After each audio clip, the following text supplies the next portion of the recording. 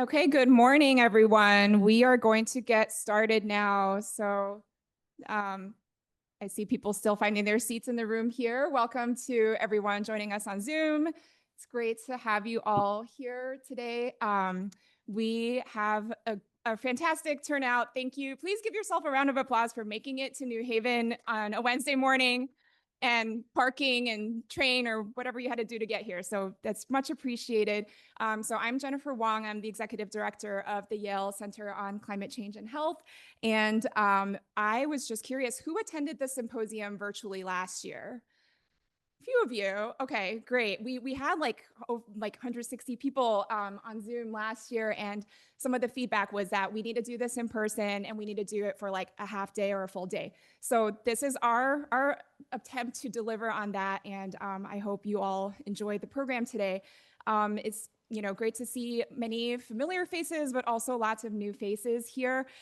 Let's just say it's an interesting time in our field, and it's extra important for us to gather in person. So not only are we here for the program, but I think really I'm looking forward to you all making connections and just us building community here because we very much need to help each other. Before I turn it over to Kai and Hannah for the welcome, welcome, I want to begin this conversation about health, resilience, and climate in Connecticut. I want to just take a moment to ground ourselves by recognizing the Indigenous peoples and nations that have stewarded through generations the lands and waterways of what we now call Connecticut. They are the Mohegan, Mashantucket Pequot, Eastern Pequot, Schaghticoke, Golden Hill Pocasset, Nahantic, and the Quinnipiac and other Algonquian-speaking peoples. We honor, respect, and take inspiration from the enduring relationship between these peoples and nations and this land.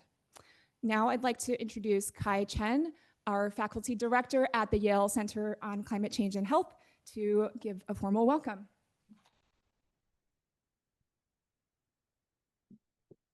Good morning, everyone. On behalf of the Yale Center on Climate Change and Health, a very warm welcome, and thank you for all the great work, Jen, our executive director, and also Alex, our program manager, and also our partnership with Hannah and the Office of Climate Health at DPH. So thank you for everyone being here. And we're gathering here today at a moment when the national political environment for climate actions is extremely challenging. So we here in this room, the partnership, the work we do in Connecticut becomes more important than ever. It is up to us now to keep pushing the work on climate change and health in Connecticut, moving forward together as a united community. So the Yale Center on Climate Change and Health, although we are just celebrating over 10 years, we're very committed to this work. Our mission is very straightforward: to use research, education, and partnership with everyone here to protect health, especially for those most vulnerable from climate change. So that's what's today for, right? We're gonna share some of the latest evidence showing the health risks facing Connecticut, whether it's heat exposure or air pollution. We're gonna highlight some of the innovations that you guys have done across at different communities. And we're gonna strengthen the collaboration. Now that's our greatest asset. So let's use this time to connect, to learn from each other, and to recommit to building a healthier and more resilient Connecticut. Thank you for being here, and let's begin.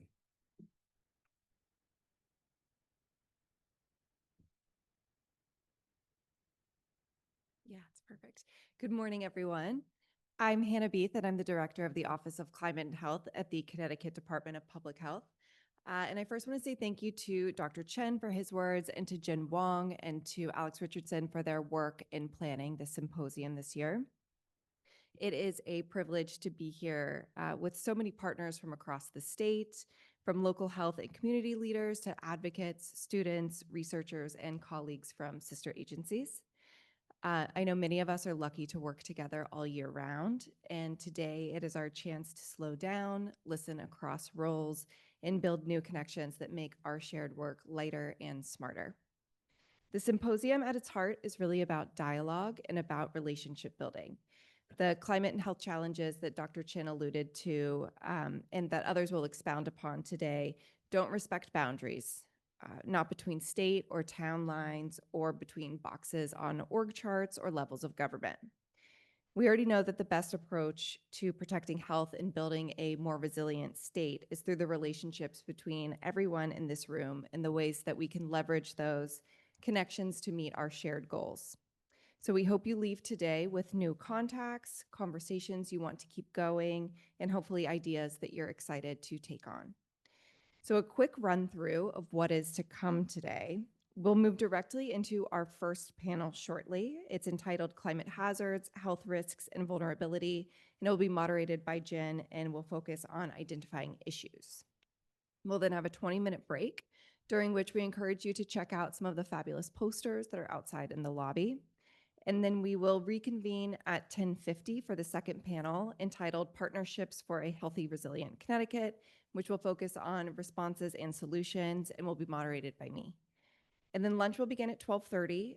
But before you make your way there, and Jen, I'm not sure if I saw it, the community resource board.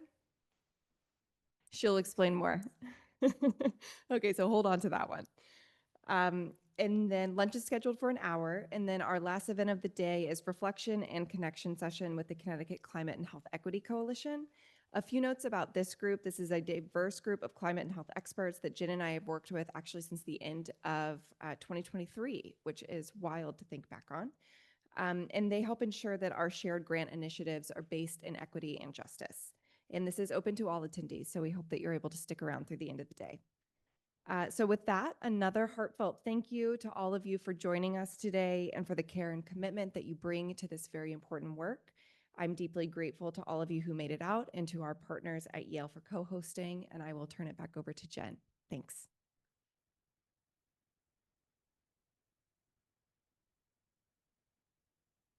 Okay, so we are going to get right into it. We could definitely use the early start for this panel because we have some really amazing speakers for you with some late breaking information as well in their presentations. So our first panel is called Climate Hazards, Health Risks, and Vulnerability in Connecticut. Let me, just before I do that, I'm going to just take a quick peek on Zoom and make sure that we are all set. Okay, so let me just quickly introduce the panel. This session will ground us in what climate change means for our state, how rising heat, flooding, sea level rise, and air pollution are shaping health and well-being, and how vulnerabilities are felt unequally across communities. By looking at both the science and the lived experience, we can better understand the risks ahead and the need for resilience and equity. We're fortunate to have an outstanding group of speakers, Doctors James O'Donnell and Mark DeVos from UConn's Institute for Resilience and Climate Adaptation, also known as CIRCA, will share the latest climate projections for Connecticut. Dr. Kai Chen, faculty director at our Center on Climate Change and Health, will highlight health risks from extreme weather and air pollution. Dr. Eleanor Shorman-Wiemet from UConn will discuss early indicators of disaster vulnerability. And Sharon Lewis, executive director of the Connecticut Coalition for Economic and Environmental Justice, will share her perspective as a community leader. Together, their insights will help us see the landscape of climate risks more clearly and spark ideas for how we can respond. Please join me in welcoming our panelists. You're welcome to come up here, but yes, let's welcome them up.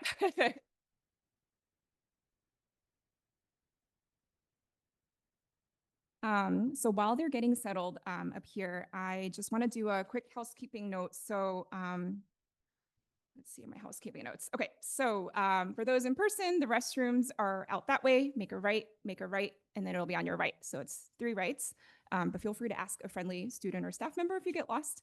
On Zoom, for those on Zoom, thank you so much for joining us. We will try to take one question from Zoom, and it's very important that you put it in the Q&A feature on Zoom, and we will monitor the questions there.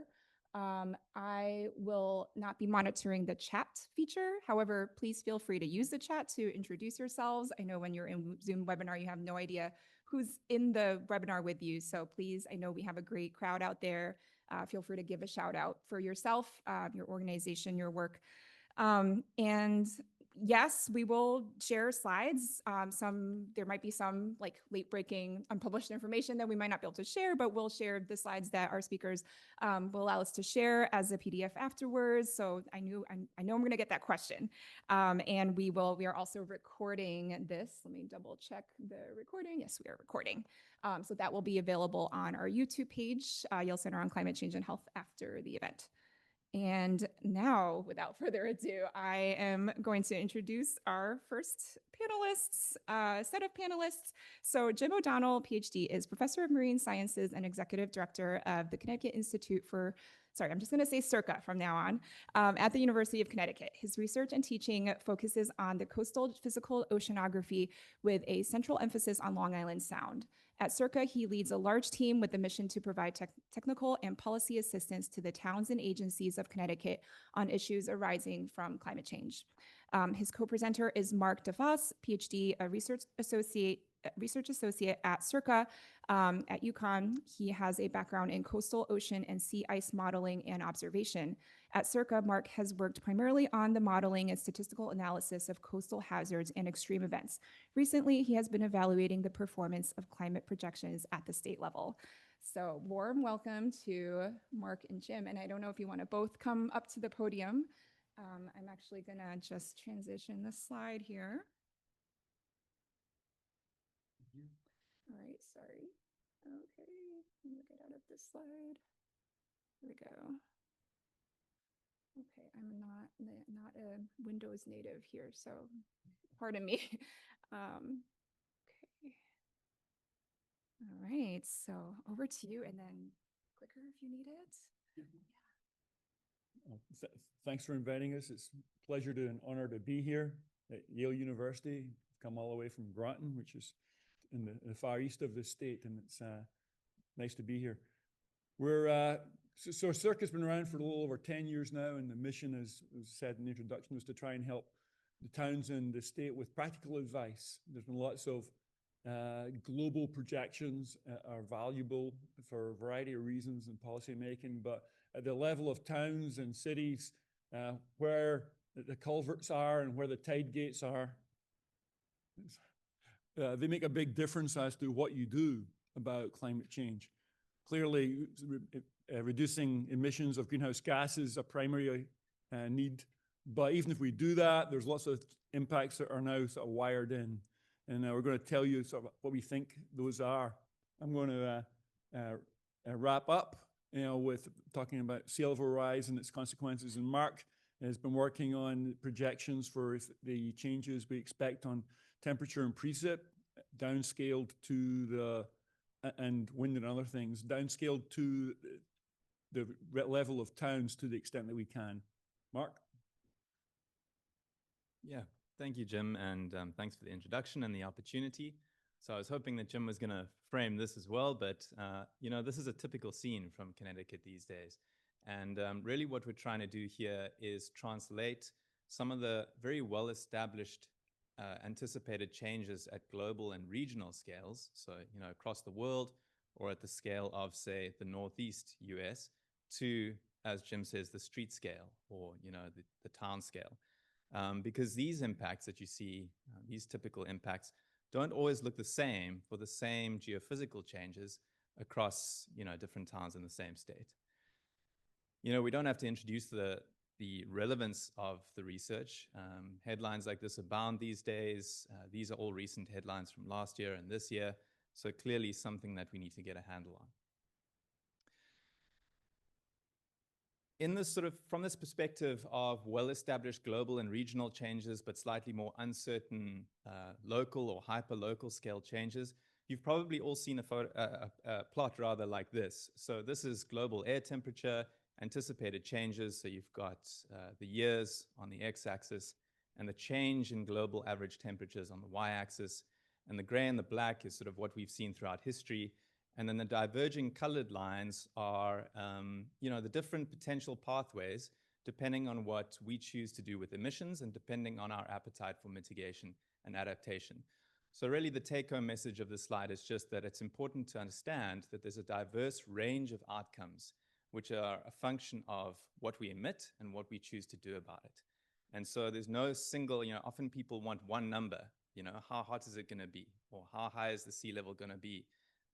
And it's important to convey, as geoscientists, that there is an inherent spread and uncertainty with some of these projections. So all of those potential outcomes, there's a huge range of outcomes. There are 40 to 50 global institutes and universities which contribute to the IPCC's projection initiative. And among those 40 to 50 entities, there are in the order of hundreds of climate models. And each of those each one in that set of hundreds of climate models is run for different emission and mitigation scenarios. So you end up with this multitude of potential climate projections. So how do we down select when we're interested in Connecticut? And what we've chosen here to do is focus on a sort of middle of the range scenario. You can read that SSP 2-4.5. And I can explain what that's like if there's interest afterwards. That's a sort of middle of the range scenario. And then we've chosen to focus on a sort of worst case scenario, so-called SSP, Shared Socioeconomic Pathway 5-8.5. And those are the down selections that we've made. So how do climate projections work? Well, we split the globe up into little cubes, and we solve a range of equations that describe how the physics and the chemistry of the atmosphere and the oceans evolve in each of those cubes. Now, clearly, you can see from the graphic that the more cubes you split the Earth up into, the finer or the sharper the picture you're going to get of the Earth and the temperature of the Earth, temperature of the oceans, and so on. But there's a trade-off there, because the more cubes you use, the more computationally expensive it is, and supercomputers are only able to crunch the equations in so many cells. And so at the global level, the picture is kind of sharp, but when you zoom into the local level, the picture can be quite pixelated. And the analogy here is, a photograph of somebody's face with your 2001 mobile phone versus, a sharp photograph that you take of that same face with an iPhone today. So if you look at a typical global resolution climate projection for the state of Connecticut, where you see each of those little red dots around the state, that's a grid cell or a cube where the equations are solved across the state. Now, clearly, if we're trying to figure out what the differences are at the state level, across the state of Connecticut, having only 4 points at which we're solving those geophysical equations is not that useful. So what we did is further down selected from global climate projections, leaning on so-called downscaling efforts which groups have done. And what they do is they take that very coarse, very pixelated information and they add information to it in very clever ways to give us a finer picture of the state. And the 3 images which appeared in the animation are snapshots of what the grid looks like, or those little cubes look like for the work that we've done. So the next question, of course, is how reliable are these downscaled climate projections for Connecticut? And that's a loaded question, and it's a difficult one to answer. So the approach that we've taken is to lean on the measurement records that we have from the 7 airports around the state. They're shown in that map on the left, because they have a very high quality and standard and very well-controlled set of measurements that we can rely on to determine if these climate projections have been faithfully simulating the climate of Connecticut to date. So on the right-hand side there, that spaghetti diagram, as we like to call it, are all the potential realizations of the future yearly average air temperature for an area near Bridgeport among all of those climate projections that I mentioned. And the red lines correspond to that worst case scenario, that SSP 585. So you can see clearly by the end of the century, those realizations indicate higher temperatures. And the blue lines correspond to this sort of middle of the road SSP 245 projection. And the black curve that you can see stopping in around 2025 there, those are the measurements from the Sikorsky Airport. And so basically the strategy, and of course there's slightly more sophisticated statistical methods that we apply, but the basic strategy is which one of those lines or which group of those lines most closely reproduces what we've observed in reality, which is the black line. And the results, which are very newly in, and we've just submitted a paper, is that we do a sort of mixed job. Now mixed meaning good in some places in the state, slightly poorer in other places in the state, of simulating maximum daily temperatures. But the climate projections do a very good job of simulating minimum daily temperatures, right? So those are those cooling periods during the night. We do a mixed job of simulating average wind speeds and a pretty poor job of simulating daily average precipitation. So if we run these to their conclusions, what does that mean for the extremes? So in the top, we've got summer extremes. This is an example from Meriden. And the x-axis there is decreasing likelihood. And what you can see is that if you take the 10-year event, so that's 0.1 on the x-axis is an event that happens once every 10 years, and the blue curves are what used to happen in history. That used to sit somewhere between 90 and 95 degrees Fahrenheit. By the middle of the century, the orange curves, that's sitting up near 100 degrees Fahrenheit, and by the end of the century, that's sitting at about 104 degrees Fahrenheit, the 1 in 10-year heat event for summers. And the same for cold events. Basically, I'm not going to go through the plot, but it means that we're never likely to see the same cold events that we used to by the end of the century.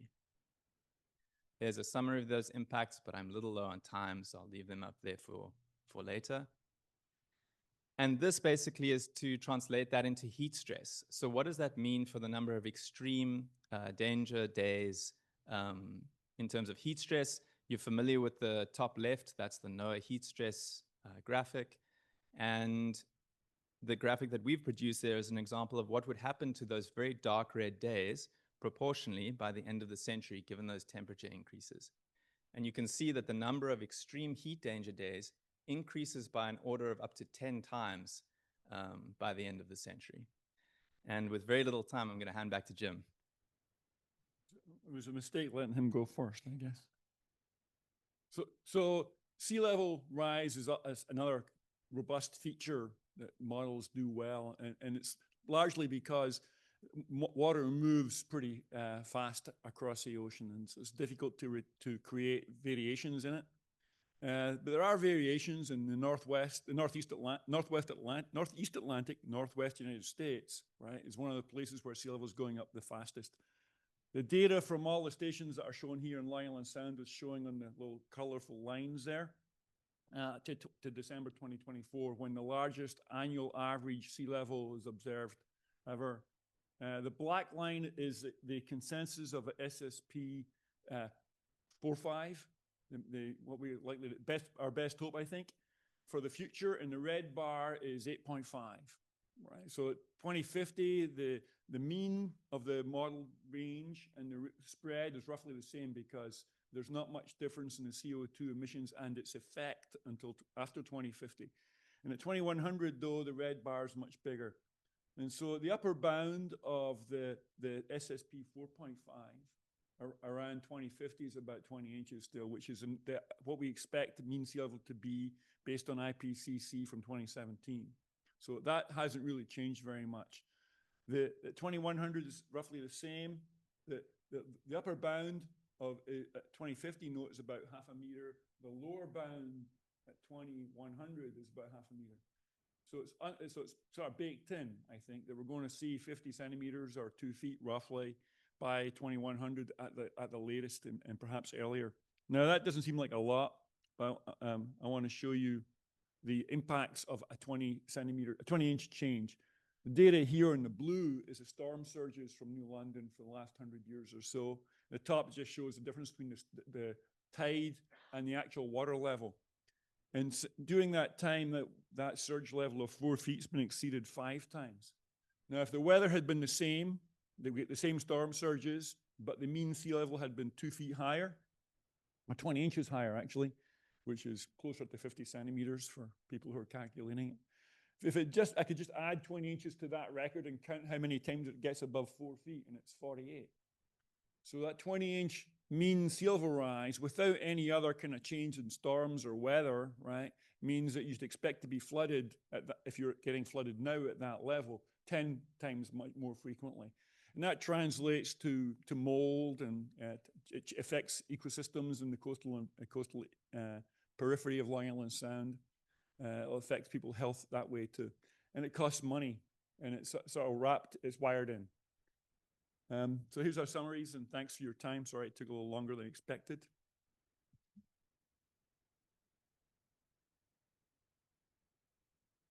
Thank you so much. So we were really glad to have you all come present this because I know this is current research that you're doing, and seeing the projections is both stark, but I think really inspiring in a way that, you know, we really need to get our act together, and both on in terms of mitigation as well as coastal resilience, as well as resilience around the state. I'm going to transition now to our second speaker, Dr. Kai Chen. We've met him a little earlier. He's our faculty director at the Yale Center on Climate Change and Health. Let me just, while he gets up here, let me just advance the slide. All right, so here we go. So Dr. Chen received his PhD in environmental science and engineering in 2016 from Nanjing University in China. Dr. Chen's research focuses on the intersection of climate change, air pollution, and human health. His work involves applying multidisciplinary approaches in climate and air pollution science, exposure assessment, and environmental epidemiology to investigate how climate change may impact human health. Much of this work has been done in China, Europe, and the US, as well as you will see in Connecticut. He is, in addition to our faculty director, he is Associate Professor of Epidemiology in the Environmental Health Sciences Department at the Yale School of Public Health. So please join me in giving Dr. Chen another warm welcome. Thank you, Jen. Thank you, Jen. So today I'm going to talk about is the work that we have done in our lab on mostly the risk from the extreme weather events. Although we do a lot of work on air pollution as well, I think in the interest of time, we'll be just focusing on extreme weather events.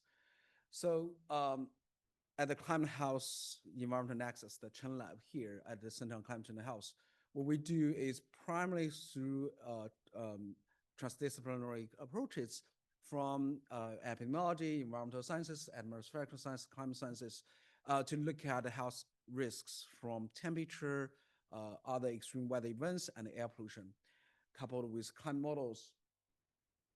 So today, I think I'll give you 3 examples of these extreme weather events, whether the health risks are and what that mean for Connecticut.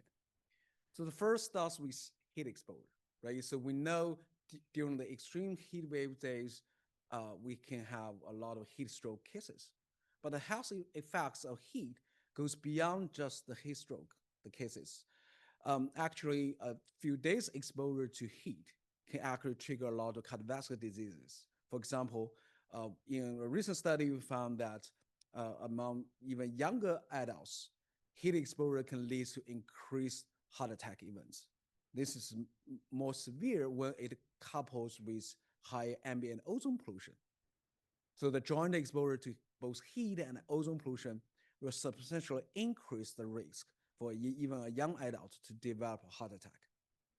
And in Connecticut here, we know we have the ozone problem. So heat and ozone is a deadly combination. And then it can also, with a high ambient temperature, it will lead to increased risk for stroke as well. So we see the increased risk for stroke mortality, but also instant strokes among the younger adults. And recently, in collaboration with Dr. Xiaoming Ma at the School of Public Health, we did a study linking the ambient temperature during pregnancy with cases of people who developed childhood cancer using the California Cancer Registry linked with the California birth records. What we found is that during pregnancy, especially during the gestational week 8, high temperature can actually lead to increased risk of childhood leukemia. And the impacts of heat exposure on health organ system goes on and on. Another example comes from the mental health. In our neighbor state, New York State, we look at all the emergency department visits from New York State and linked is with temperature exposure. So what we found is that when temperature is actually higher, there's increased risk for mental health related emergency department visits. And we see this trend across all the major categories of mental disorders, whether it's anxiety disorder, mood disorder, substance abuse, or even schizophrenia. So overall, what's the total health burden of heat and ambient temperature? We recently finished a study to look at this across all the counties in the continental US from 2000 to 2020.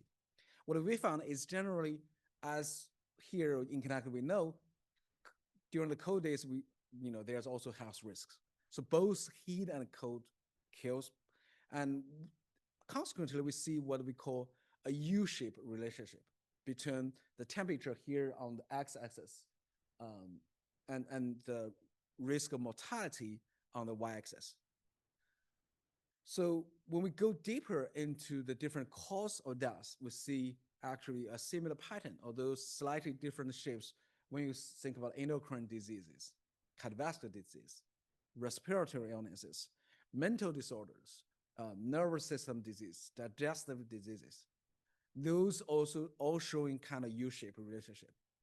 But when we look at external causes that are non-natural, like injury, poisoning, these kind of causes of death, we see a substantial increased risk associated primarily for high temperature. So overall, every year, when we calculate the deaths attributable to the heat exposure, we estimate roughly about, on average, about 3,000 deaths per year in the US from 2000 to 2020 can be attributed to heat. But if you look at the lower left panel, it shows the heat-related mortality has substantial increase from 2000, around about 2,500 to the recent 2020, about 5,000. So we see a big jump in heat-related mortality, and that's one of the primary reason is because the warming climate. And if you look at the upper panel of the spatial distribution, it is true that in the southern states, they have high temperature exposure, like in Phoenix, right? They have huge triple-digit states all year long. But it's not only the southern states, when the temperature is high, they have a high risk for mortality. It's actually in the northern part, in Connecticut, in New England as well, we also face this increased risk from heat-related mortality. The second example, I think, especially this year, we've seen this times after times, is Wi-Fi smoke exposure from Eastern Canada. And if you recall, 2 years ago, there was a big Eastern Canada Wi-Fi events happening. And it was so severe that on June 7th in New York City, the skyline turns orange. Why? Because the Wi-Fi smoke travels hundreds of miles from the Eastern Canada. Consequently, when we look at the air quality monitors in New York City, the average daily level fine particulate matter pollution, called PM2.5, these fine particulate matter are so small, you can actually inhale into the lung, and some smaller ones, you can even penetrate into the blood system, circulate around the body. So we see that this fine particulate matter concentration goes about 150 microgram per cubic meter. So as comparison, when there was no Wi-Fi smoke, when you have a blue sky in New York City, that level is usually below 10 microgram per cubic meter. So we see a huge jump during this 3-day Wi-Fi smoke episode. Consequently, as you might have already experienced from your friends or loved ones, if they have asthma issue, during that 3 days, the asthma exacerbation actually occurs. So when we look at New York City's near real-time syndrome surveillance data, we found that the asthma-related emergency department visits across New York City has increased by more than 40%. So that's a huge impact from Wi-Fi smoke that tells us a short period exposure to this Wi-Fi smoke can lead to substantial increase, acute effects on respiratory illnesses. But what about long-term effects? We know in US, the Western coast has not just a Wi-Fi season now, but a year-long Wi-Fi. And in the middle and in the east, now we have more and more Wi-Fi smoke from Canada, right? So consequently, we see that long-term average to the Wi-Fi smoke can attribute to roughly 11,000 deaths per year, primarily from deaths from cardiovascular disease, followed by mental health and endocrine diseases. The third example I want to give is flooding. Thanks for our former speaker. They talk about the coastal flooding, but here what I'm going to talk about is actually inland flooding. For example, you have extreme rainfall, you have the flooding. Consequently, we did a study in 2023 in North Carolina. We found a few days exposure to the flooding exposure can lead to not only increased risk for people dying from injuries like drowning, but also more people dying from cardiovascular disease, respiratory illnesses, or even mental health. That's not something unique in North Carolina because follow-up studies in multiple countries around the world found that even after 200 days after the flood, there will be increased hospitalization for all the different causes because of the flooding exposure. So we did an analysis again across all the counties in the US. We found about every year there can be 11,000 flood-related deaths. This year, what happens in Texas? Actually, if you look at data, even prior to 2021, we see the flood-related mortality can be up to more than 150 already in Texas. So it's not only this year's tragic events happens in Texas, remind us how deadly the flood is. Now, what about the impacts in Connecticut? So we often hear that we are small, we don't typically suffer from all these extreme weather events. That's true to some extent, right? If we look at heat exposure, the temperature here is in Celsius, it's relatively speaking not that high, right? The Wi-Fi smoke, we have some Wi-Fi smoke from Canada, but not as high as, for example, in California. And we have a few days of flooding exposure here and there. Consequently, extracting the data we did for all the US county level analysis, we found every year there can be roughly 12 deaths per million in Connecticut per year. If you multiply by population, that's more than 40 people died because of heat. And for Wi-Fi smoke, that can be even more than 100 people died every year in Connecticut from Wi-Fi smoke. Flood, that was relatively small death toll, about around 8 people died due to the inland flooding. So these really are the local evidence we can see that for a small state like ours, we have 3.6 million residents. These are huge burden for us.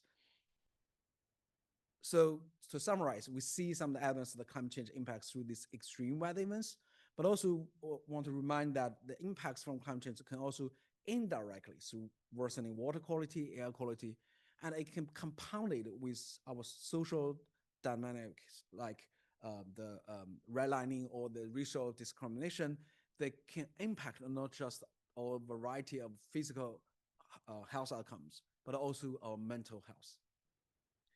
For that, I want to thank you for listening and thank all the founding and all the ChainLab members. Thank you.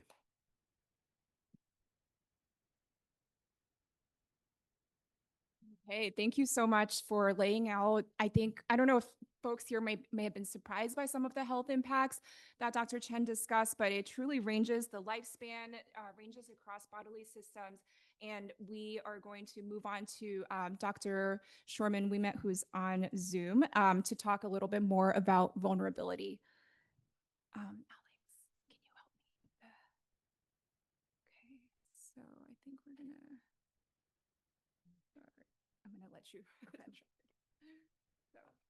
So Dr. Wimet is joining us on Zoom from Stores. So good morning. We're just going to get you set up. Do you want me to share my slides? Yes, let's try that. Right.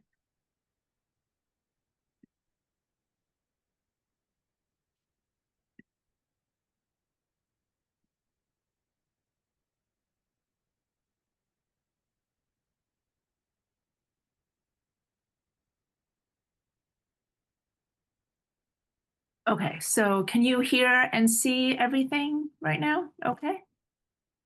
Yes. Great. So now that we have you all set, I am going to introduce you. So Dr. Eleanor Shorman-Wimet is an environmental anthropologist, an assistant professor of environment and human interactions in the Department of Anthropology at UConn, and she is the associate director of UConn's Institute of Environment and Energy. Her research and teaching are focused on environmental justice, disaster preparedness, green energy, and the effects of climate change.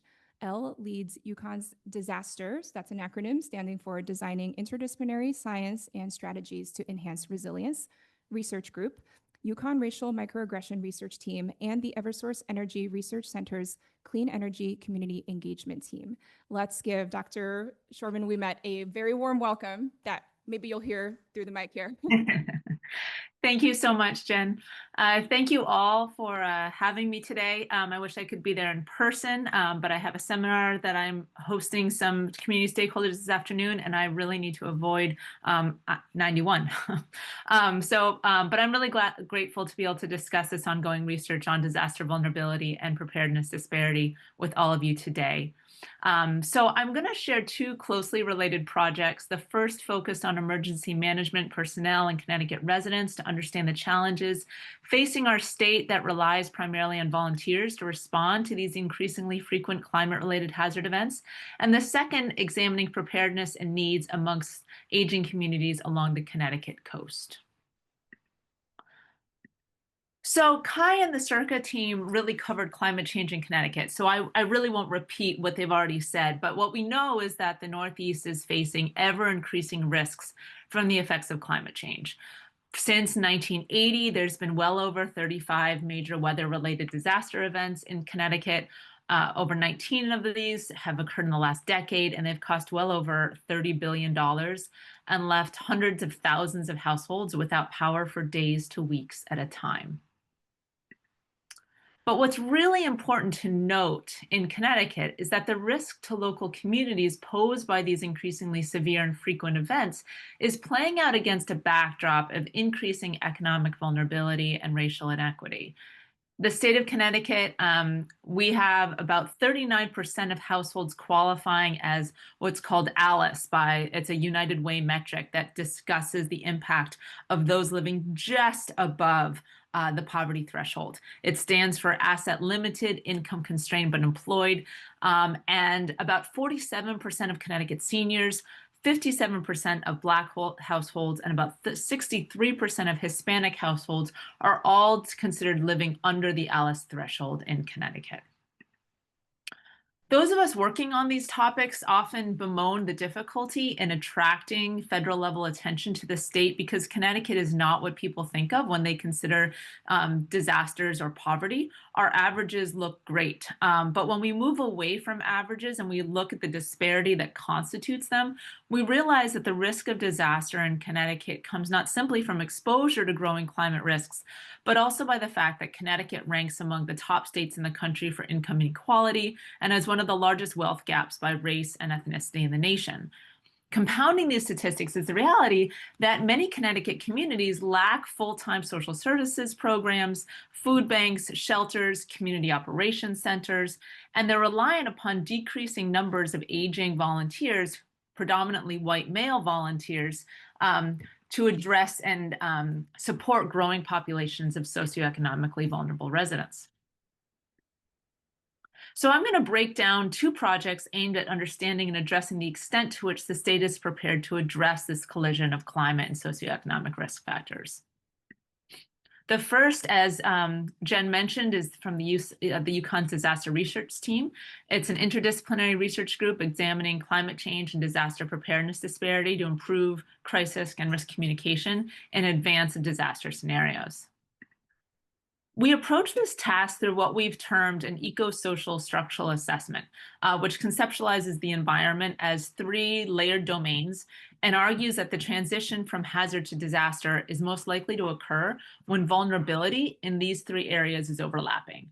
Disaster severity increasing as the vulnerability of each sector increases. And these areas of vulnerability include potential hazard exposure, infrastructural risk, sociocultural inequity, and the assumption is that those communities at the greatest risk for hazard-induced disaster aren't necessarily those at the greatest, with the greatest potential exposure to the hazard event, but those with pre-existing sociocultural, infrastructural vulnerabilities resulting from economic or race-based inequities, low levels of recovery, poor resilience indicators from previous hazard events. And this framework helps us to assess and inform where intensive community-based data may be most useful to aid communities in long-term preparedness buildings and to mitigate these pre-existing inequities in response and recovery. So in 2002, with funding from CLAS at the College of Arts and Sciences at UConn, the disaster team started to identify areas in Connecticut vulnerable to hazards by evaluating environmental exposure, infrastructural risk, and social vulnerability using the SOVI Index and the Justice 40 mapping tool. The team then conducted interviews with emergency personnel and public works officials, running focus groups with residents in select towns. And this data that was collected informed the development of a resident survey that we use to assess resident risk awareness, information sufficiency, and preparedness in order to inform crisis communications and emergency services.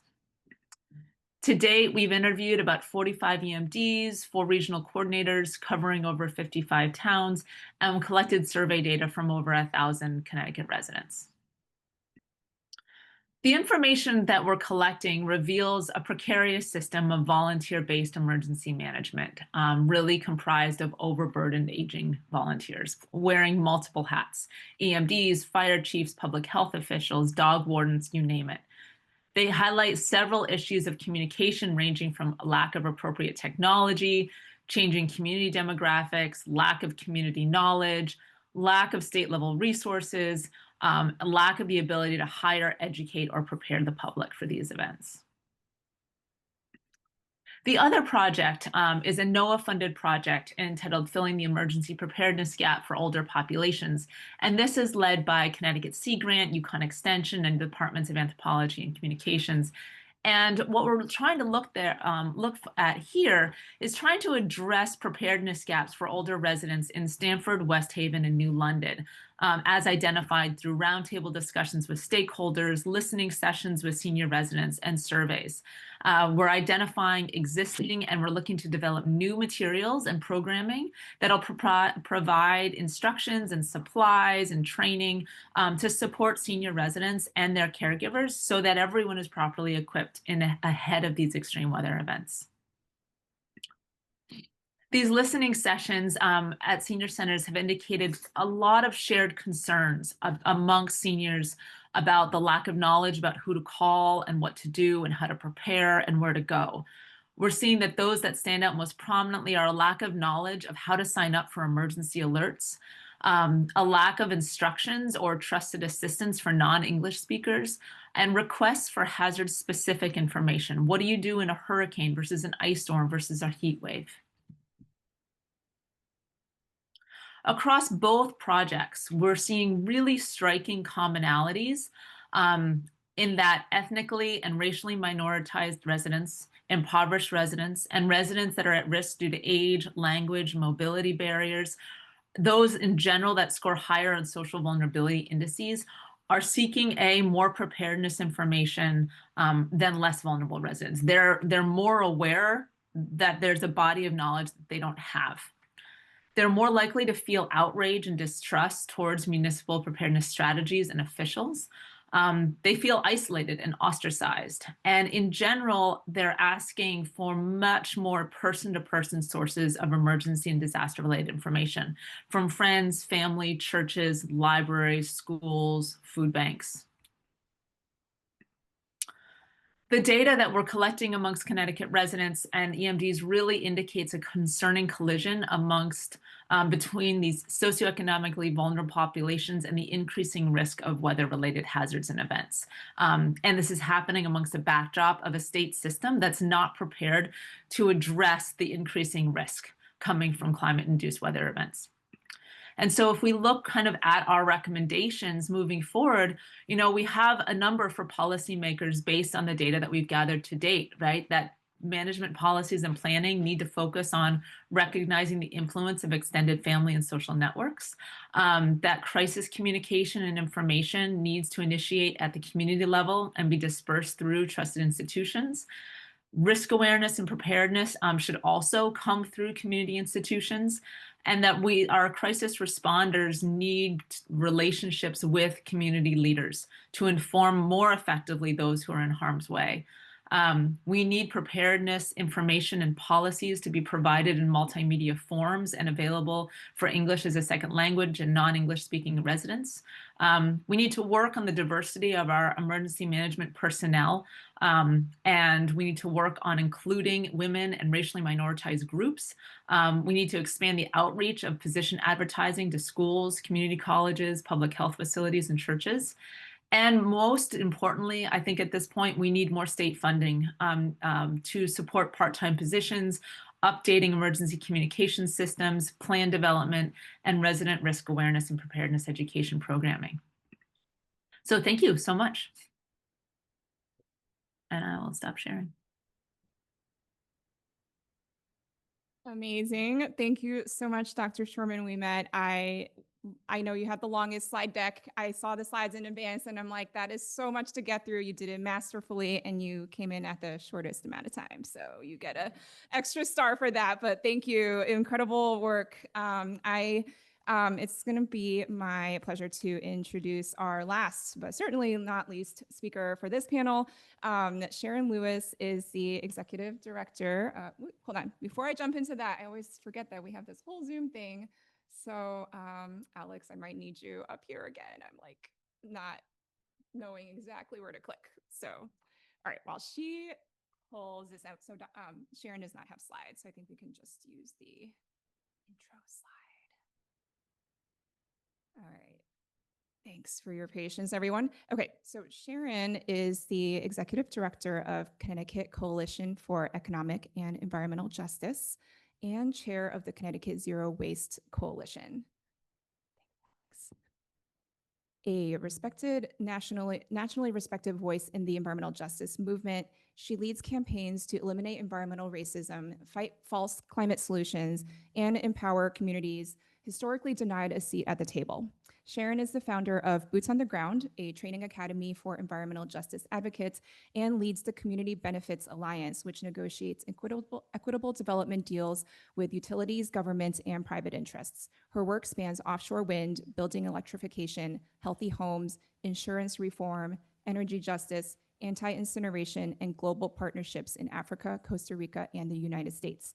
Known for her clarity, courage, and bottom-up leadership style, Sharon believes in building capacity in others so they can carry the torch and demand justice on their own terms. Please join me in giving a very warm welcome to Ms. Lewis.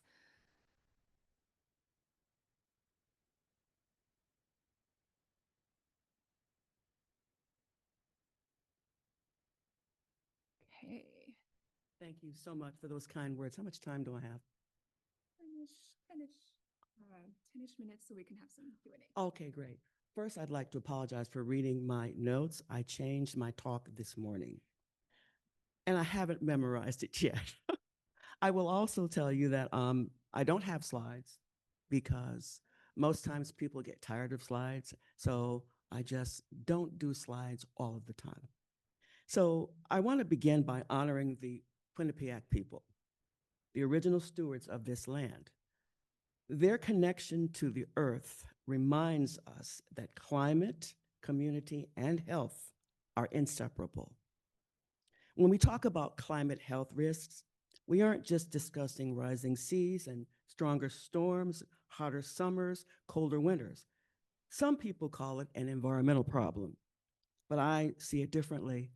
I call it a housing problem with environmental consequences. But it also is a problem that deeply affects jobs, working conditions, mental health.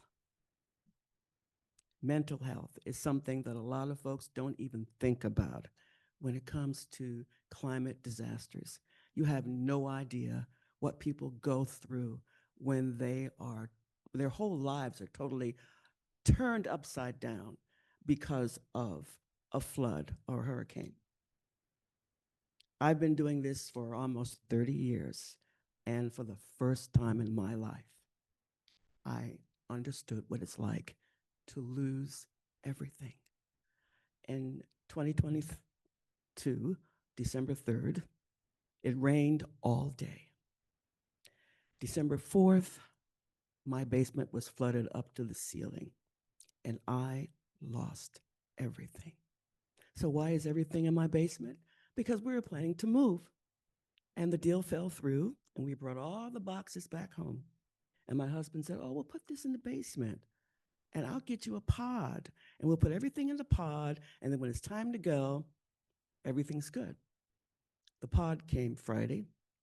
It rained Saturday, and everything I had was underwater on Sunday. So you would say, well, how could it be a loss situation? Well, if you know anything about water, which I learned, water is devastating. But in my situation, I had clean water mixed with sewage from the entire neighborhood in my basement. I'm still not in my house. So I say that to tell you that you really need to understand what people go through. You really need to see how people live. You need to see where people live in order to understand the issues that we face every single day. The World Health Organization defines health as a state of complete physical, mental, and social well-being, not merely the absence of disease. Think about a person's mental well-being, their physical well-being, their overall well-being when you're living in neighborhoods that were redlined, frontline communities, and historically excluded populations. These are the places where the children breathe more asthma into their lungs, where families pay disproportionate portions of their income just to keep the lights on, and where climate change hits first and hardest. This outrages me, and it should also outrage you. One of the reasons it outrages me is 30 years is a long time. What are we doing wrong? We're spinning our wheels. But I believe recently we've discovered what the problem is. And the problem is you cannot have change unless the people who are most impacted are part of the solution. What's so hard about that? But what happens is we have people coming into people's neighborhoods, observing, but not including. We know the problems. We know whose basements flood each and every year. We know whose homes are so hot in the summer that the folks can't breathe. We know whose roofs are leaking. We know that you can't get out of your neighborhood under certain circumstances. An example is Storm Sandy. Bridgeport was severely impacted, coastal town. A lot of people don't know that the fire trucks couldn't get under a particular bridge in order to help people on the other side of the bridge. But if they had asked people, they would say, oh, no, you have to go another way. Because we already know that you're not going to get that truck underneath the bridge. Just simple things like that. You need to also understand what a heat island really is. Have you ever been in an urban area in someone's home where it is so hot you can't breathe? Part of my job is to be a part of it. And I go into people's homes and I do what people call inspections, but I look all over. How many times have you read in the paper that a young boy was killed sitting on the stoop, and they automatically relate that to drugs? Well, guess what? He's sitting on the stoop at 1 o'clock in the morning because it's so hot on the inside. So hot on the inside. You can't even breathe. And one of the problems is we don't own anything. So our entire existence is based upon a landlord, someone else who really either can't afford it or just don't care. It's big business to own property and to rent to people. It's big business to arbitrarily increase the rent, even though a person's income has not increased. One of the things that happened in Connecticut this year seriously devastates me. And that was Connecticut failed to pass a law that would allow tenants to complain without fear of being evicted. Just think about this. You're in a substandard house. You can't breathe. Your roof is leaking. The furnace is not efficient. But if you complain, your landlord can evict you at will. And this is a major problem all throughout the United States because in most urban areas, there are apartment dwellers. And the numbers in Connecticut are super, super high.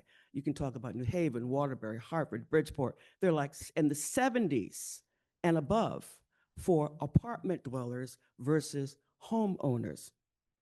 So why should that make a difference? It makes all the difference in the world. Because if your apartment is not energy efficient, you're going to pay through higher energy bills. You're going to pay over and over and over again. And yet, one of the things that we advocate for is honesty. We're not the people who will go out and blame Eversource because the rates are too high. In fact, we have a campaign now that says, if you have to put plastic on your windows, you have to put blankets on your windows, you have to put newspaper and the doorway cracks, if you have to put blankets underneath your doors because of gaps, before you call your electric company, call your landlord. We give landlords, city officials, and state officials a free ride every time we only complain about Eversource. We don't get to the root of anything. And if we improve housing, we will also improve health. So I only have 3 minutes, so I'm going to skip through this because if you know me, you know that I really like to talk a lot. So one of the things I really want to hit home is that health also involves the workers. Last year, Florida passed a law that blocked cities from requiring water, shade, or even rest breaks for farm workers.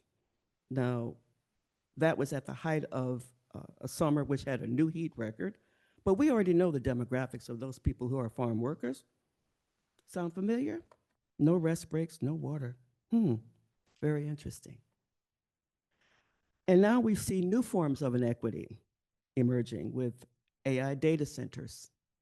Connecticut has passed laws that grants tax breaks to attract these massive facilities.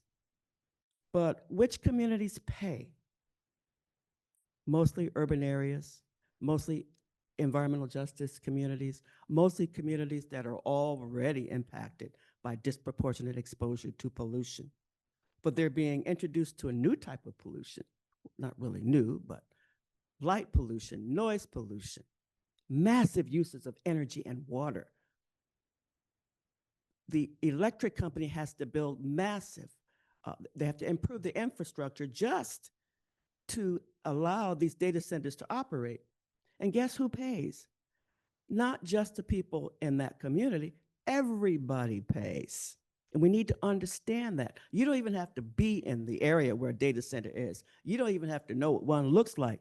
But because the utility companies spread the risk among everybody, you're going to have to pay higher utility rates. So do I have more? 1 minute. Okay, I'm skipping. Well, outrage is something that we operate by. And I don't know if you all know who said this. I'm going to ask you. A very famous person a long time ago said that justice will not occur until those who are not impacted are as outraged as those who are. Do you know who said that? That has been my guiding principle in organizing for the past 30 years. Benjamin Franklin. So we try to outrage people. We get people who are not impacted outraged. Why? Because they have all the power, they have all the influence, and we need help. So I'm going to stop here because I have a lot more to say, but I just want you to be outraged because it is outrageous, the health disparities. It is outrageous the way that people live. Katrina was outrageous. If they had just spoke to people, they would have known how to get people out of harm's way. So thank you so much. I really appreciate your time.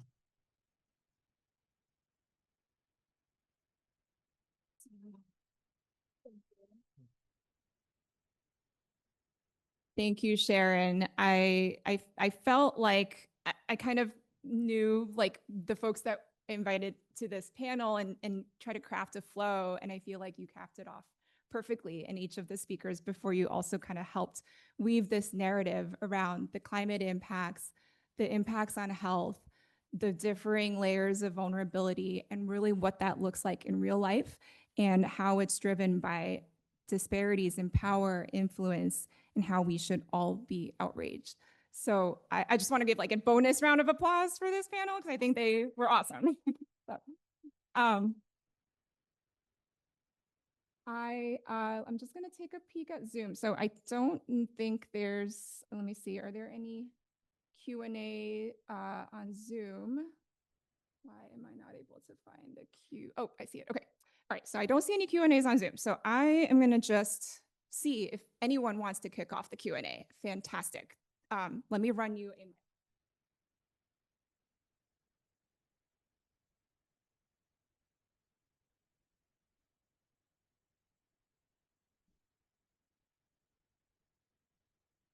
I'll go here and then.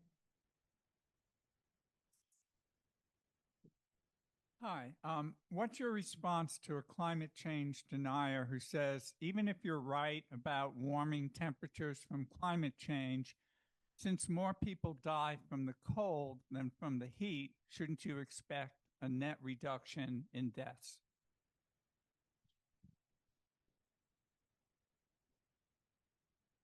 Thank you. That's a great question. We a lot of people asking that. That's why we published a paper last year, nationwide, a global study. We look at 800 locations around the world, from about 80 different countries and cities, countries and areas. So, short answer is yes. We see a larger attributed burden to cold compared to heat. So globally, roughly every year, there can be heat and cold combined together. Around 500,000 people died because of cold and heat together. But the ratio from cold to heat is varying from place to place. But there'll be much, like, let's see, 9 people dying from cold compared to 1 people dying from heat. So that's the narratives where this question comes from. With a warming climate, we're gonna see maybe less cold winters. So are we gonna see a larger benefit from cold reductions compared with heat? The answer is, in reality, no, because we are living in a world, not only climate is changing, we are in an aging society. What turns out is that if you compare different age groups, older adults tend to be having much larger risks from both heat and cold, which means with aging, the overall population susceptibility to both heat and cold combined together is going to increase. So what we found out is that with aging and warming targets from global warming at 1.5 degrees Celsius, 2.0, 3.0 Celsius warming, heat-related mortality, of course, will be substantially amplified because of aging. But cold-related mortality burden will overall not decrease. It actually can be reversed because there will be way more people, especially in the developing nations.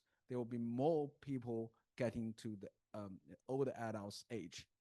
That makes the whole population much more vulnerable to both heat and cold. So that makes the cold-related mortality actually is not decreasing, but also increasing. So when you have cold-related mortality increase, heat jumps more, then combined together, you have much more temperature-related mortality in the future, and whatever is 1.5 degrees Celsius warming or 3 degrees Celsius warming. So that's the reality world we are living. And another thing, I think, maybe you guys can talk more about, the warming is not like we're just just saying the distribution changes with way less cold winters, I think it doesn't necessarily mean that you will have kind of these kind of less cold events. That's what we see in Texas, right? So it doesn't necessarily mean that you will have much less cold winters. The reality for this is that human society, we are already adapting to our kind of comfort temperature zones. So when it goes out, even here in Connecticut, 90-degree Fahrenheit would be a little bit very hot for us.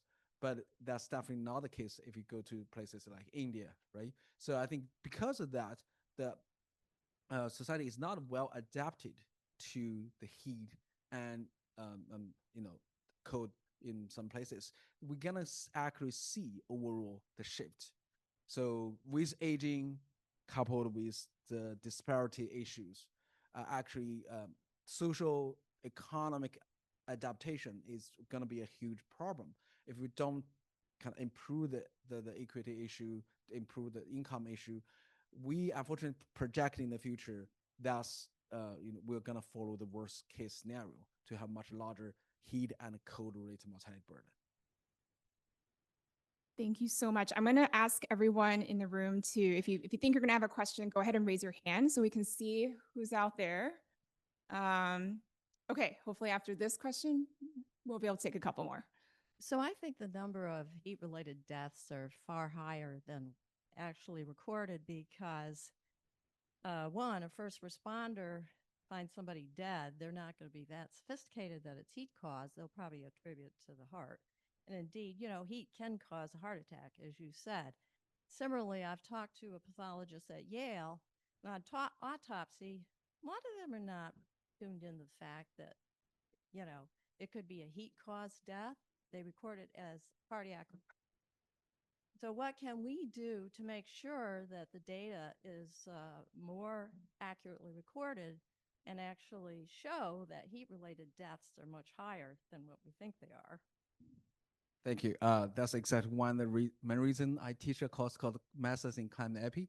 So one of the few lectures is actually tomorrow we're gonna see exercise of looking at the Chicago 1997 heat wave events.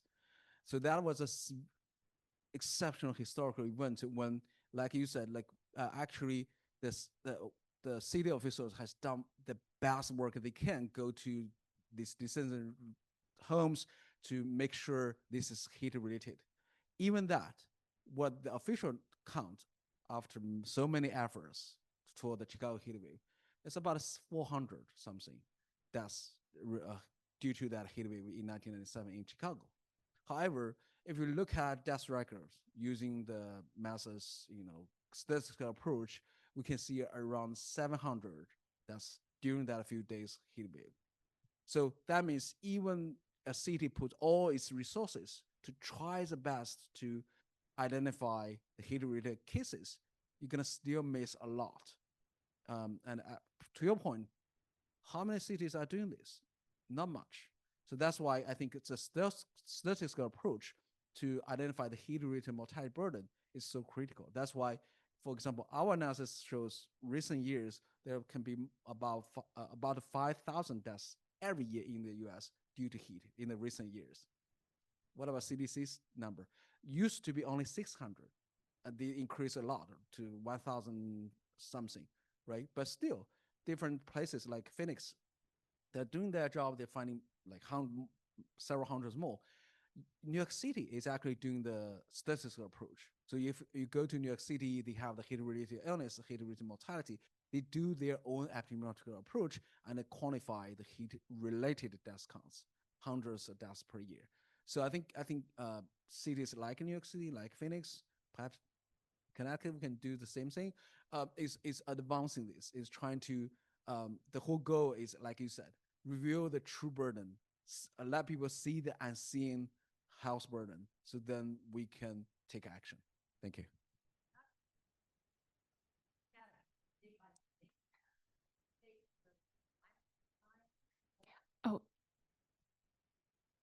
Sorry, we can't hear your comment won't be recorded on Zoom without the mic. So I'm going to just move on to see. I think we have time for one more question, and I'm going to challenge whoever's going to ask this question to try to address it to our other panelists, just so they can have a chance to weigh in. Anyone? Anyone? Oh, I see multiple hands. Okay, Hannah gets to pick. That's what I saw. Thank y'all for being in community with us. I guess one of the questions that I have is, how do we prioritize communities first in need? And how do we have those communities be at the forefront of this work? I'd like to answer that, but can you repeat that question? I didn't hear all of it. How do we prioritize communities first in need? And how do we invite them to be part of the work or pivotal to the work? How do we prioritize communities first in need? And how do we invite them to what? Be in the work. Be in the work. Okay. Well, you're speaking about something that's near and dear to my heart, because we shouldn't be inviting people, number one, because it makes it seem like they're not a part of this. It makes it seem like they're not impacted by this. And this is, I think, a failure of a lot of researchers, because you go into a community with the attitude that you're helping people, but you're really not. And part of your question is, how do you identify people who are most at risk? It's everybody. It's low income and people of color of all incomes. So it's everybody if you're going to a specific neighborhood. And what people need to understand is, for example, the energy crisis, the energy burdens people have, it's not just people living in substandard urban homes. So a lot of folks live in substandard suburban homes. Connecticut is one of the oldest states in the union, which means that we have some of the oldest housing stock in the union. And a lot of people who have wealth and higher incomes, they love those old Yankee homes that have high ceilings, no insulation. I mean, the issues are the same. People need to understand this. This is why not everybody's being helped, because, oh, that's a Black problem, it doesn't affect me. Yes, it does. It does impact everybody. And until we include everybody, we will never get to to end this terrible situation that we're in. I'm putting Dr. Shorman Ouimet on the spot, because I feel like maybe she might have a response as well. I would simply agree with Sharon. I mean, we have to listen, right? It's less about the invitation and more about the listening. It's really not about the top-down teaching, instruction, or offering. I mean, there's no lack of evidence and engagement and voices out there stating exactly what the problems are, and the experiences are there, and we need more. It's not so much we need to get more people involved. People are there doing the work. We need to start putting the money and the resources where those who are experiencing are telling us to put it, right? And that's kind of, I think, where the work comes from. It's less theory at this point, and it's applied about doing the right thing. And I think the state of Connecticut, what we're seeing is the state of Connecticut has a long way to go, right? Exactly what Sharon's talking about is the fact that, you know, we live in this perception of affluence, this historic affluence that characterizes the rural small towns of Connecticut, hides the fact that we actually have rampant socioeconomic inequality and rampant poverty and a huge disparity. And our state is sort of been an isolationist mentality. It's a very Northeastern thing. And we don't have systems of asking for assistance, right? Small rural communities don't have social services departments. And we do not have systems in place that are up to speed with the increasing risks and events, right? So we need to update our systems. We need to make sure that, you know, the planning assumptions that go into addressing emergency preparedness in Connecticut need to not necessarily just put everything on the communities. They always say, you know, emergency response is a local problem. People in need will say something in advance if they need help. That's ridiculous. right? People don't say things in advance of a disaster when they need help necessarily. So we need to put the money and the resources where things are taking place. And we need to address from a state perspective, the fact that we are no longer immune to disasters all year long. We're not just a snow state any longer. And so we need to make sure that those resources are distributed equitably where they're most needed. Thank you so much for closing around this issue of resources and with your talk as well. I think that's definitely something that we all have top of mind. I don't know if Jim or Mark have a super quick, snappy closing thought. You're welcome to share it. I'm sorry we didn't get to you with the Q&A. Well, thanks for asking.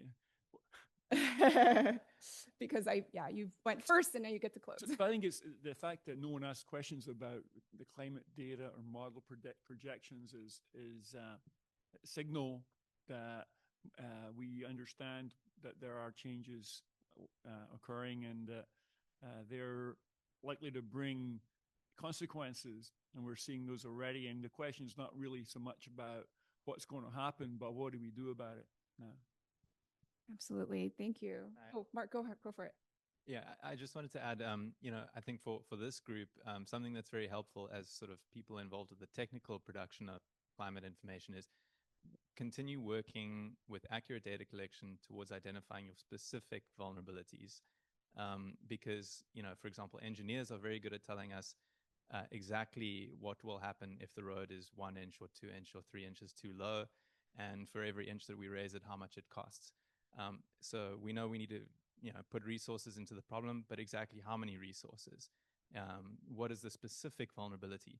Because when we say that we have mixed reliability of a temperature projection, what we mean is we know that it's going to be hotter, but how much hotter?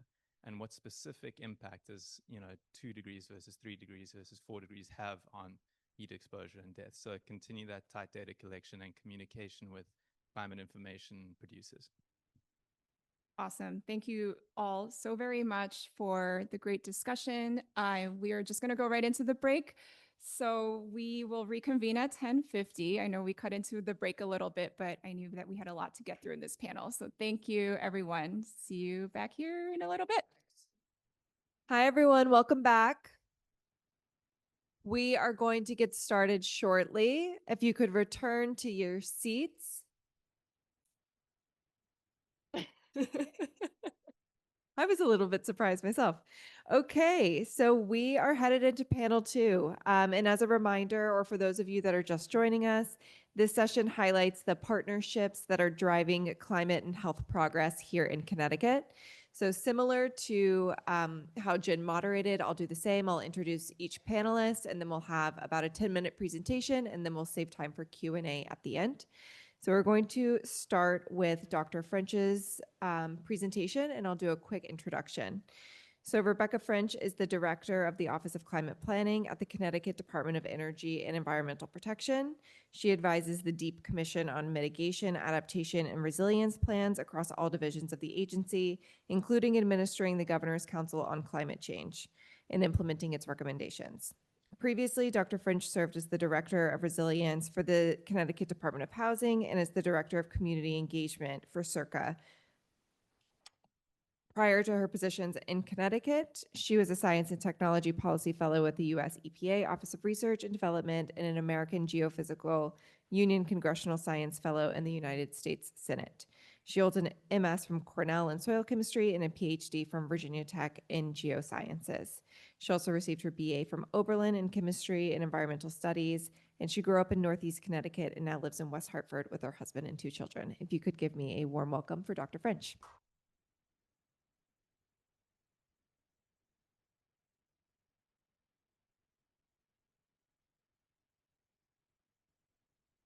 Hi, good morning. I'm so happy to be here. Thank you for the invitation. Hopefully, yes. Okay. So going back actually to the title slide on this, although yeah, great. Okay. So as my bio said, I'm the director of the Office of Climate Planning. This office is charged with planning around both reducing greenhouse gas emissions, or in that world, That's how I use the word mitigation, which in this context, I know we have disaster mitigation experts in the room. So putting that caveat on there, when I say mitigation in this talk, I'm talking about greenhouse gas emissions reduction. And we also work on resilience. And, but new lenses have come into this work. Actually, I would say on top of a lens of environmental justice, which was applied to climate planning extensively in the last report of the Governor's Council on Climate Change that was issued in 2021. We looked at all the recommendations of the council through an equity and environmental justice lens. And as we're embarking on additional planning this year, we're bringing into what we're calling climate solutions with a triple impact.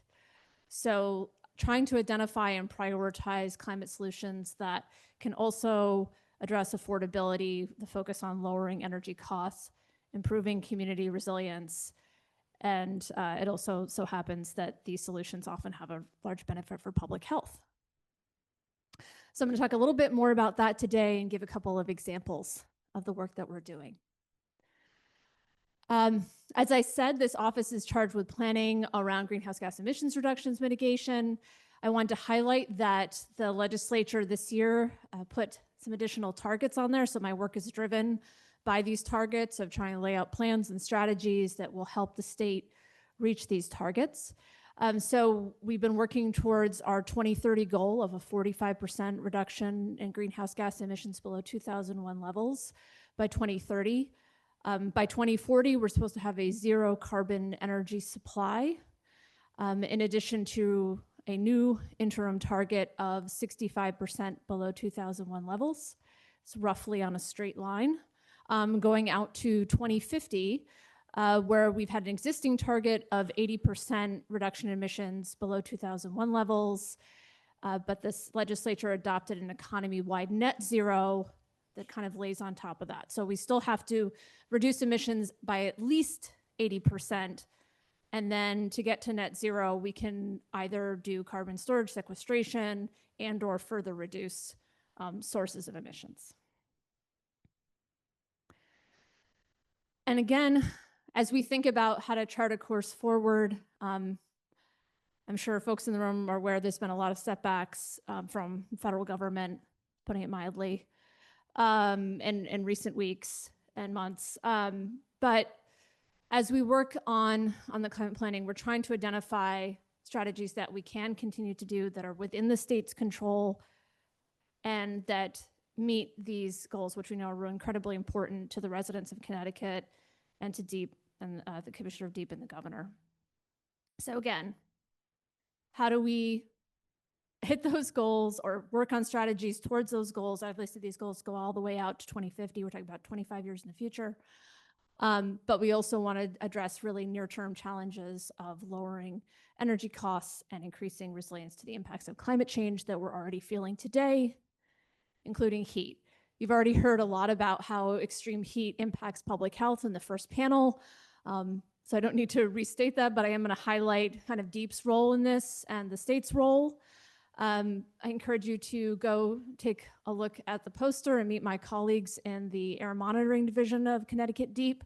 Their job is to understand what our air quality is, to regulate it from sources, but also to give air quality warnings to the state. And it turns out that these warnings are often, not always, but often associated with heat waves. So this is a coupled challenge that we have in the state. Here's a press release header from June 2025. Our first summer heat wave also resulted in a forecasted elevated levels of ozone. Putting on my chemistry hat, basically when it gets hotter, makes better conditions for creation of ozone in the atmosphere. But this was the first of what would be 4 heat waves that hit the state this summer alone. And those 4 heat waves all resulted in the governor activating what we call the extreme hot weather protocol for the coming week. And we issue these, and the state's role is to put that protocol into place. The municipalities are really the entities who implement that. It triggers them to open their cooling centers, which might be, say, extending library hours, highlighting for the public. These are public places where you can go that are air conditioned. We may have a splash pad, you can cool off. And it also gives a list of advice and on how to keep cool, and advises who might be particularly at risk. And again, since we all lived through this, I don't have to tell you that it was a hot summer.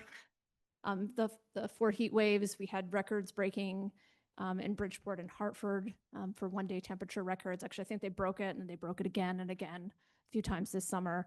It was also one of the most humid summers on record, and this really matters. So the pure heat is important, but also people's experience of how they feel that heat is very much dependent on the humidity, and it's getting increasingly humid in Connecticut as well.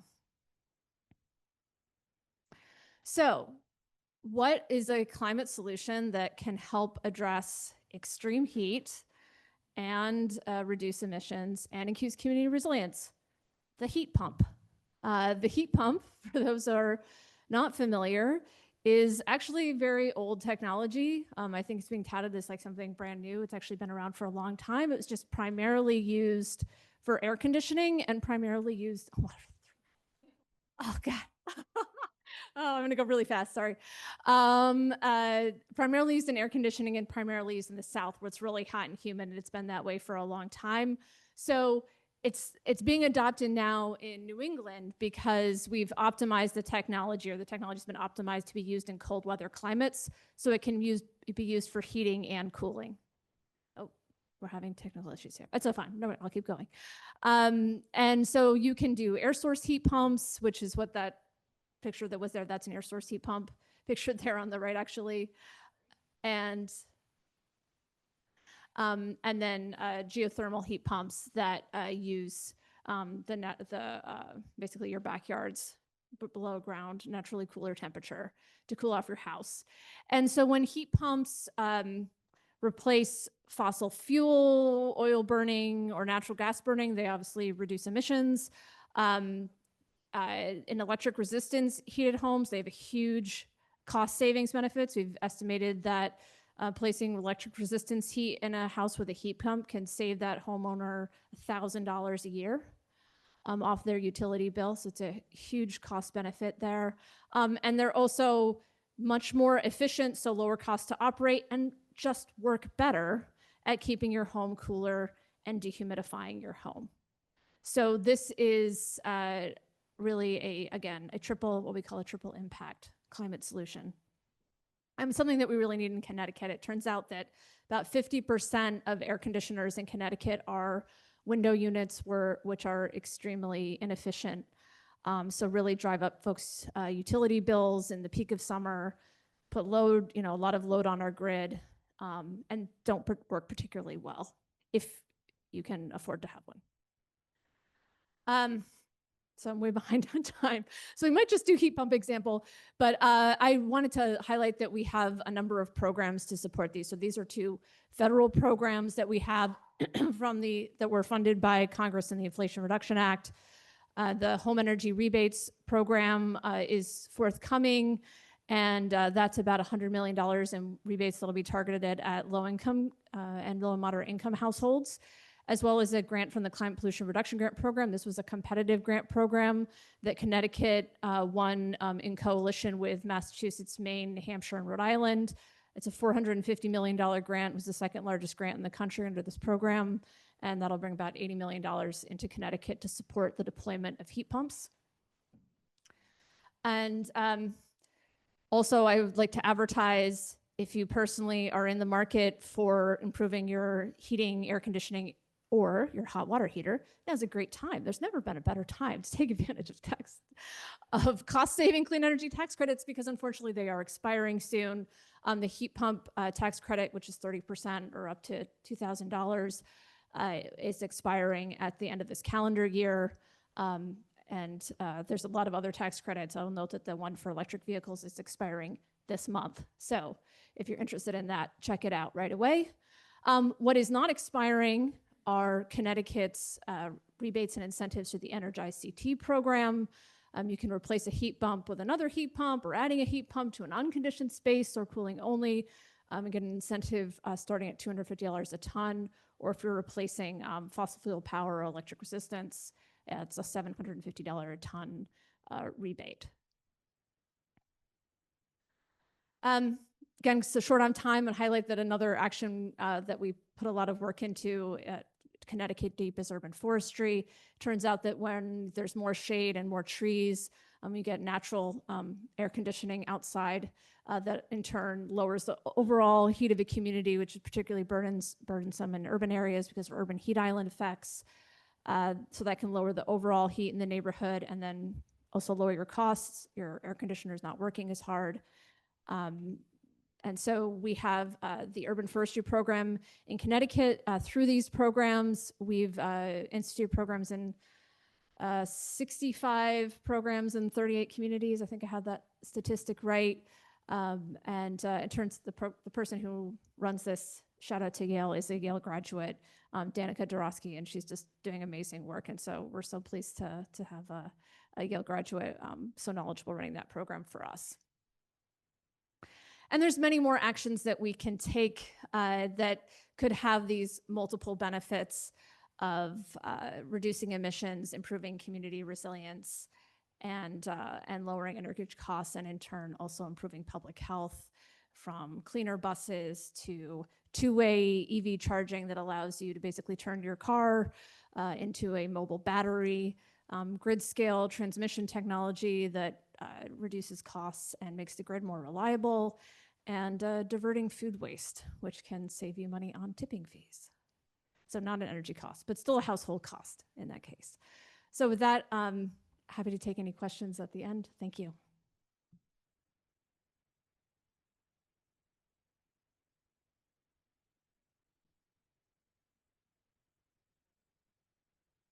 Okay, our next speaker is Deepika Kushlani. She's the manager of public health programs at the Stanford Department of Health and Human Services in Connecticut.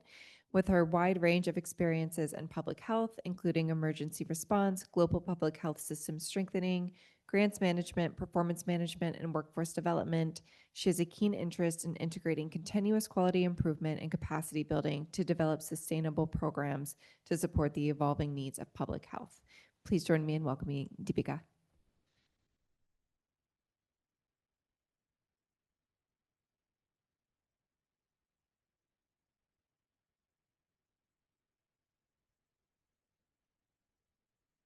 Good morning, everyone. Thank you for having me, Jen and Hannah. Thank you for thinking of us at Stanford. I'm excited to be here, and my presentation today will go over briefly some of the climate solutions in the city of Stanford, followed by an overview of our local air quality monitoring program, and conclude with some of the climate actions we take as a health department. So this is a busy slide, but just want to give everyone some stage setting here. The mayor's executive order set the stage for initiating a lot of work in Stanford. The Mayor's Climate Council, the Climate Change and Sustainability Working Group have informed the city's first climate action plan, which has over 90 plus activities underway. I have embedded links in there, so whenever the presentation is shared, folks can come to our city website and see the resources. So I'll zoom into our air quality monitoring done in Stanford. This was started back in 2021. There was a lot of community interest and concern over asthma rates and type of quality of air. So the city leadership at that time deployed 3 purple air monitors, which were able to measure PM 2.5. Building on that work, in 2022, we were awarded an EPA grant, which was helpful to further our work by deploying 3 high-end air quality monitors that are measuring PM 2.5, ozone, nitrous oxide. They are identified as the 3 critical pollutants. We recently deployed them in April of 2025, so a lot of work is underway. We are already planning for additional monitors to reach more communities. The map on the right shows purple as the bubble air monitors, and the right on the right, it has green dots as the air quality monitors. So we're using this data to feed back into the region as a local source because we have regional data, but there was gaps in having local air quality monitoring. So that was one use that we were intentional about. We've been very intentional about building capacity for our residents to ensure they have access to the data for the local air pollutants that impact their health and make informed lifestyle choices. This data has also been useful to inform many citywide projects for transportation, for planning, for traffic, etc. We're also using all of this data to inform education materials, raising awareness on issues that are relevant to the community, and they speak to the issues that the community feels more more attention is needed to address them. This is just a high-level view of what the monitors look like to the residents on our city website. In the map, there are 3 green dots. If an individual clicks on one, they can see the zoomed out view of the critical air pollutants and the data. The data is public and folks can come and download the data. We urge our residents to sign up for text alerts to their mobile phones, and this enables them and empowers them to get access to the data when air quality changes happen to be able to make better decisions. These are our monitors at work in the community. One thing I would like to talk about here is taking community input was central when we were deploying these monitors. We hosted several community meetings. We invited residents to come and talk to us where they would like a monitor. We did fun activities for them to put stickers in neighborhood maps where they would want these monitors to be deployed. We took all of that feedback. We went back to our stakeholders, our partners, the technical experts, and we were able to narrow down on 3 locations. There are many limitations that come with air monitors, as many of you might know already. So it was a lot of work in progress and a lot of collaboration involved. I just want to give a shout out to all our partners. They have been so instrumental, without which our department would not have been able to succeed at this huge project. Also, the Air Quality Monitoring Working Group has diverse stakeholders that represent interests of the community members so that we are taking insights of what the needs in the community are and taking informed decisions. This slide here is again a busy slide, but I would just like to highlight a few things that we use multiple climate action data for informing our residents on wildfire, smoke events, heat advisory, keeping kids safe at summer camp, planning for asthma program, which has come up a lot in our community meetings again, planning for housing concerns that are on the rise with climate situation changing. We've also run into challenges, of course. Funding is number 1, and the severity and frequency of these extreme weather events has been a challenge to plan and prepare for. So we continuously try to build our capacity, and we depend on the strengths of our partners for support as need arises, and we closely work with partners like MRC, Red Cross, and we conduct shelter trainings, go back events, so that we are engaged with our partners and the community members. These are some links embedded for reference, and that's all. Thank you so much for having us.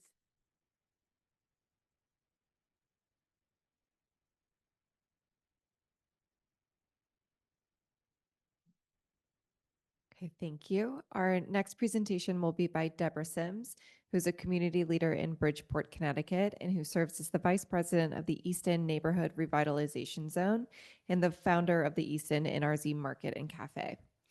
Deb has been a key figure in the revitalization efforts of the East End community, focusing on addressing food insecurity.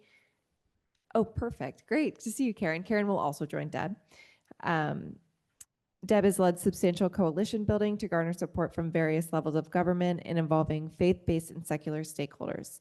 Deb's leadership and dedication have made her a vital advocate for the East End, working towards sustainable community development and improved quality of life for residents. Karen Soares Robinson is a community leader and advocate from Bridgeport, dedicated to strengthening local food access, youth development, and economic opportunity. As a driving force behind the East End NRZ Market and Cafe, Karen works to bring fresh, healthy, and affordable food to the East End while creating a welcoming space that supports residents. Her leadership reflects a deep commitment to community empowerment, fostering collaboration, expanding local prosperity, and ensuring that Bridgeport's East End continues to grow as a vibrant, sustainable neighborhood. Thank you.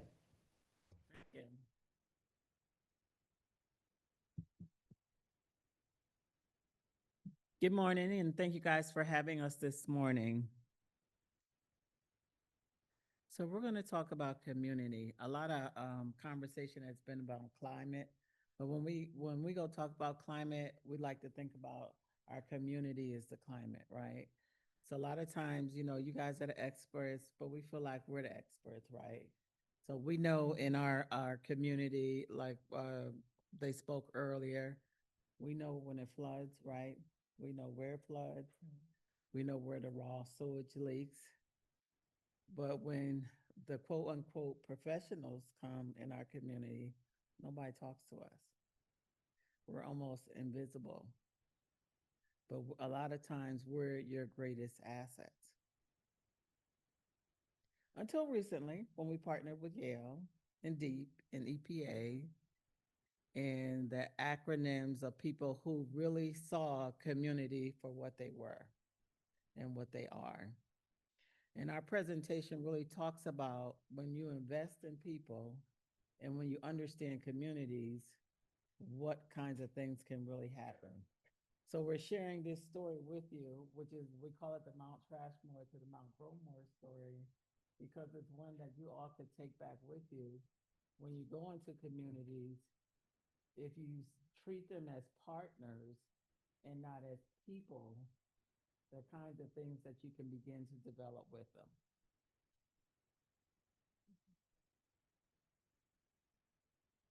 So for you guys who don't know, the Mount Trashmore it's a 30-year-old story, one of the worst brownfield sites that's in the country. And I think about 5 years ago, we decided that we were going to develop us. But a little background on us. We were established in 2019. Our vision was to provide fresh fruits and vegetables year-round, violence prevention programming for families, a place for families to gather, basically be a safe hub, a safe place to go, and training the community on employment and food entrepreneurship, health awareness. In 2019, we're a national winner of the Aetna Healthiest Cities Challenge. And we we have a plethora of partners. You can visit our website for that. But as Deb already announced, that our key partners is Yale, DEEP, and the EPA. So this community group, we've been together for 10 years, won a national award from the Aetna Foundation. Over 400 people entered. We were narrowed down to 25, and we became #1 in the country. Next one. So we didn't know much, right? We thought we knew everything, right? So we knew what we knew, and we knew what we didn't know, but we didn't know the law. So a lot of times we had all these big developers, they were coming to our community meetings, and they talked about, you know, oh, we're going to build this over here, and we're going to build that over there, and we didn't understand the impact of that on our community. We didn't understand that, you know, if you build that on the waterfront, well, what's the impact on this end of us, right? So we let them build it, right? Not knowing that that would cause potential damage to our neighbors on the end, until we became educated, right? We had these nice law students, they came, they spent a year with us. We learned, you know, the impact of what water has, what laws that we had available to us. And bam, those nice developers, now when they come to our NRZ meetings, NRZs are neighborhood revitalization zones where groups of people like us meet. And now we understand what goes on, and no longer can they get away with all the stuff that they used to get away with us now, because we are smarter, we're educated, we understand the law. We understand the laws around water and climate and change. And now they hate coming to our meetings. Now they bring their attorneys to our meetings. How about that?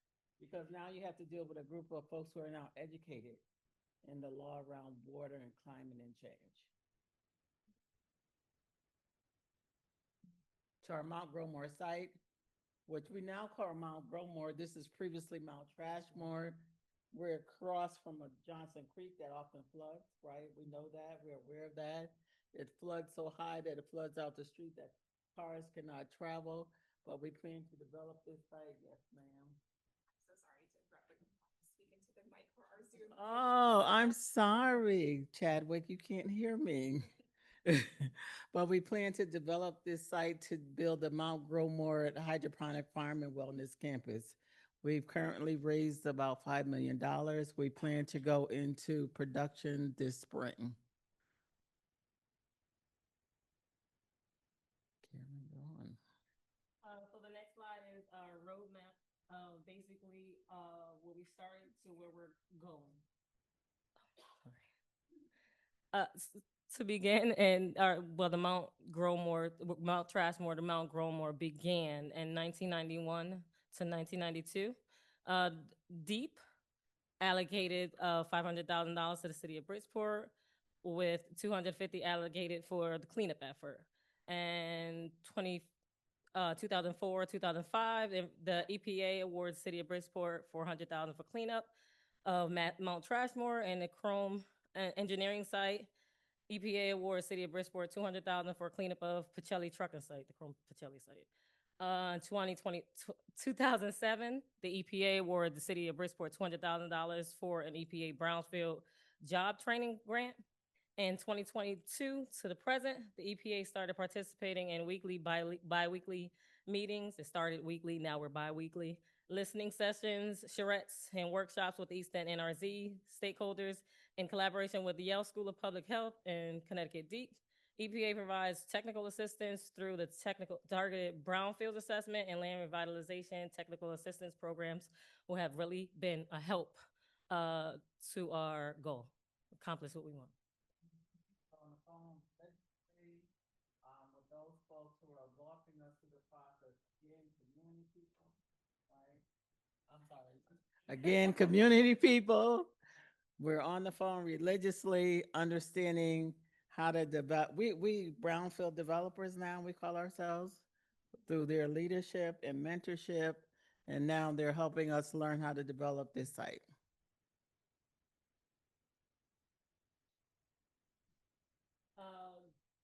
The public health and community-driven focus to engage and assist for our Grow More engagement on the ground engagement and relationship building, consistent, reliable communications with as we said, the weekly and bi-weekly meetings since November 2022. We have held active listening sessions with the community, followed up with suggestions for assistance in accessible way targeted to community needs, i.e. we have a couple of, we have a menu that was, it was made for us, created for us, in-person workshops and hybrid community meetings. We made connections to both targeted brownfields assessment and the land revitalization technical assistance programs. And we're working externally with Yale students of public health and the state to address the needs of the community. So here in this slide, you'll see we also have meetings quarterly with Congressman Hines, because he's also taken that initiative investment into our project as well. And on the other side, you'll see partially our menu that was created for us and a part of the our partners.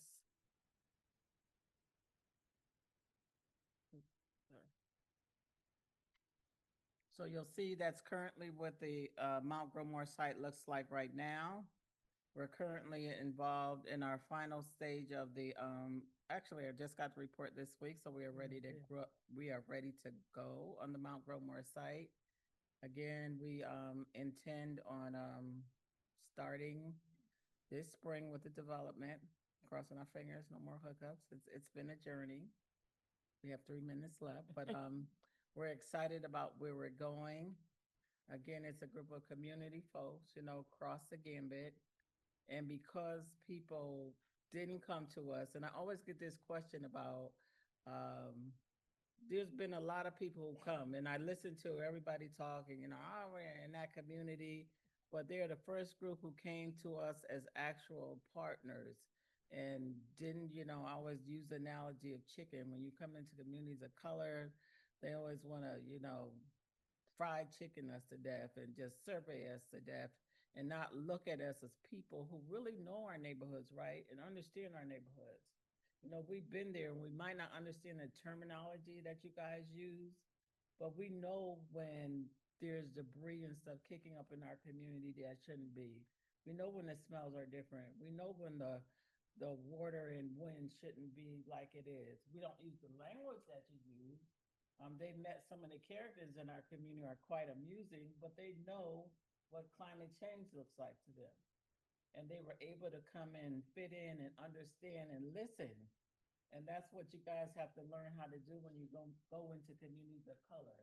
No, sometimes they are rough, and they rough with me too. But they've been there, they understand what's going on, and they know their neighborhoods. And you guys have to learn to respect and understand them for that.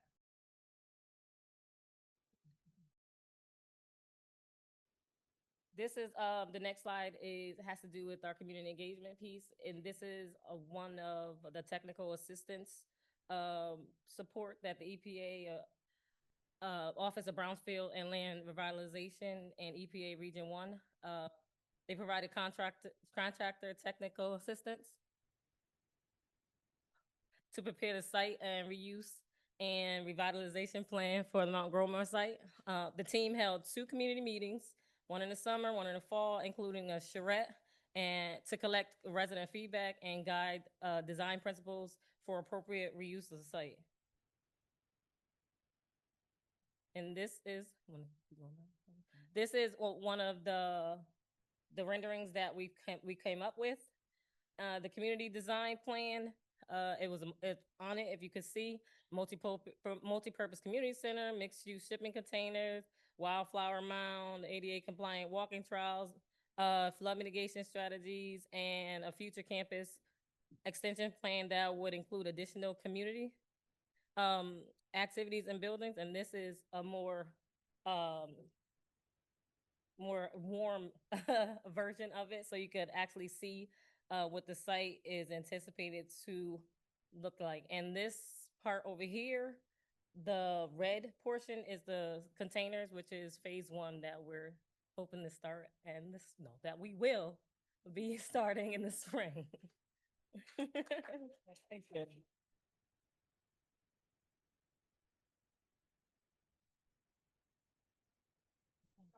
Yeah.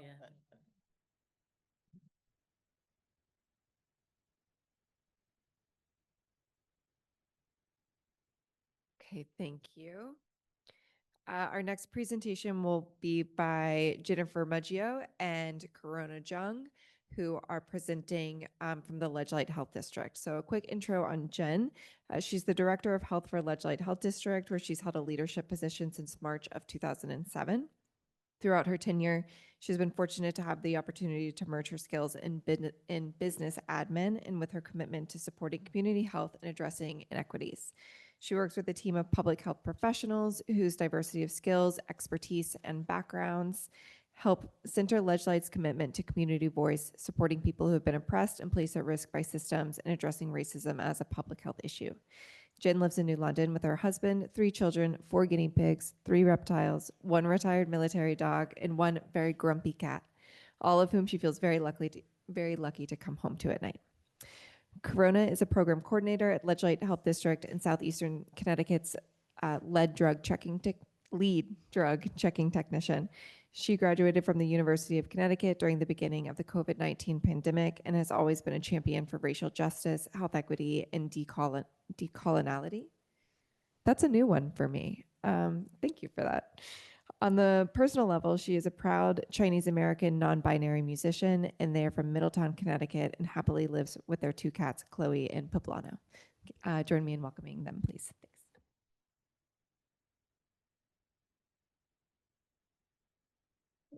Well, thanks so much for having us, and I feel very honored and unnecessary on the heels of the presentation we just heard, because just so appreciative of everything you shared, and going to share some similar themes and take some learnings back from what you presented. But our talk this morning is about centering our community's voice as we move into this work to address climate change as a public health issue.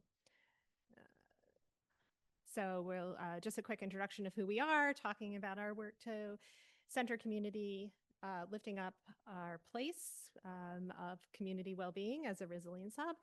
And then Corona's going to share a little bit that we learned from talking with community members that will inform our planning moving forward.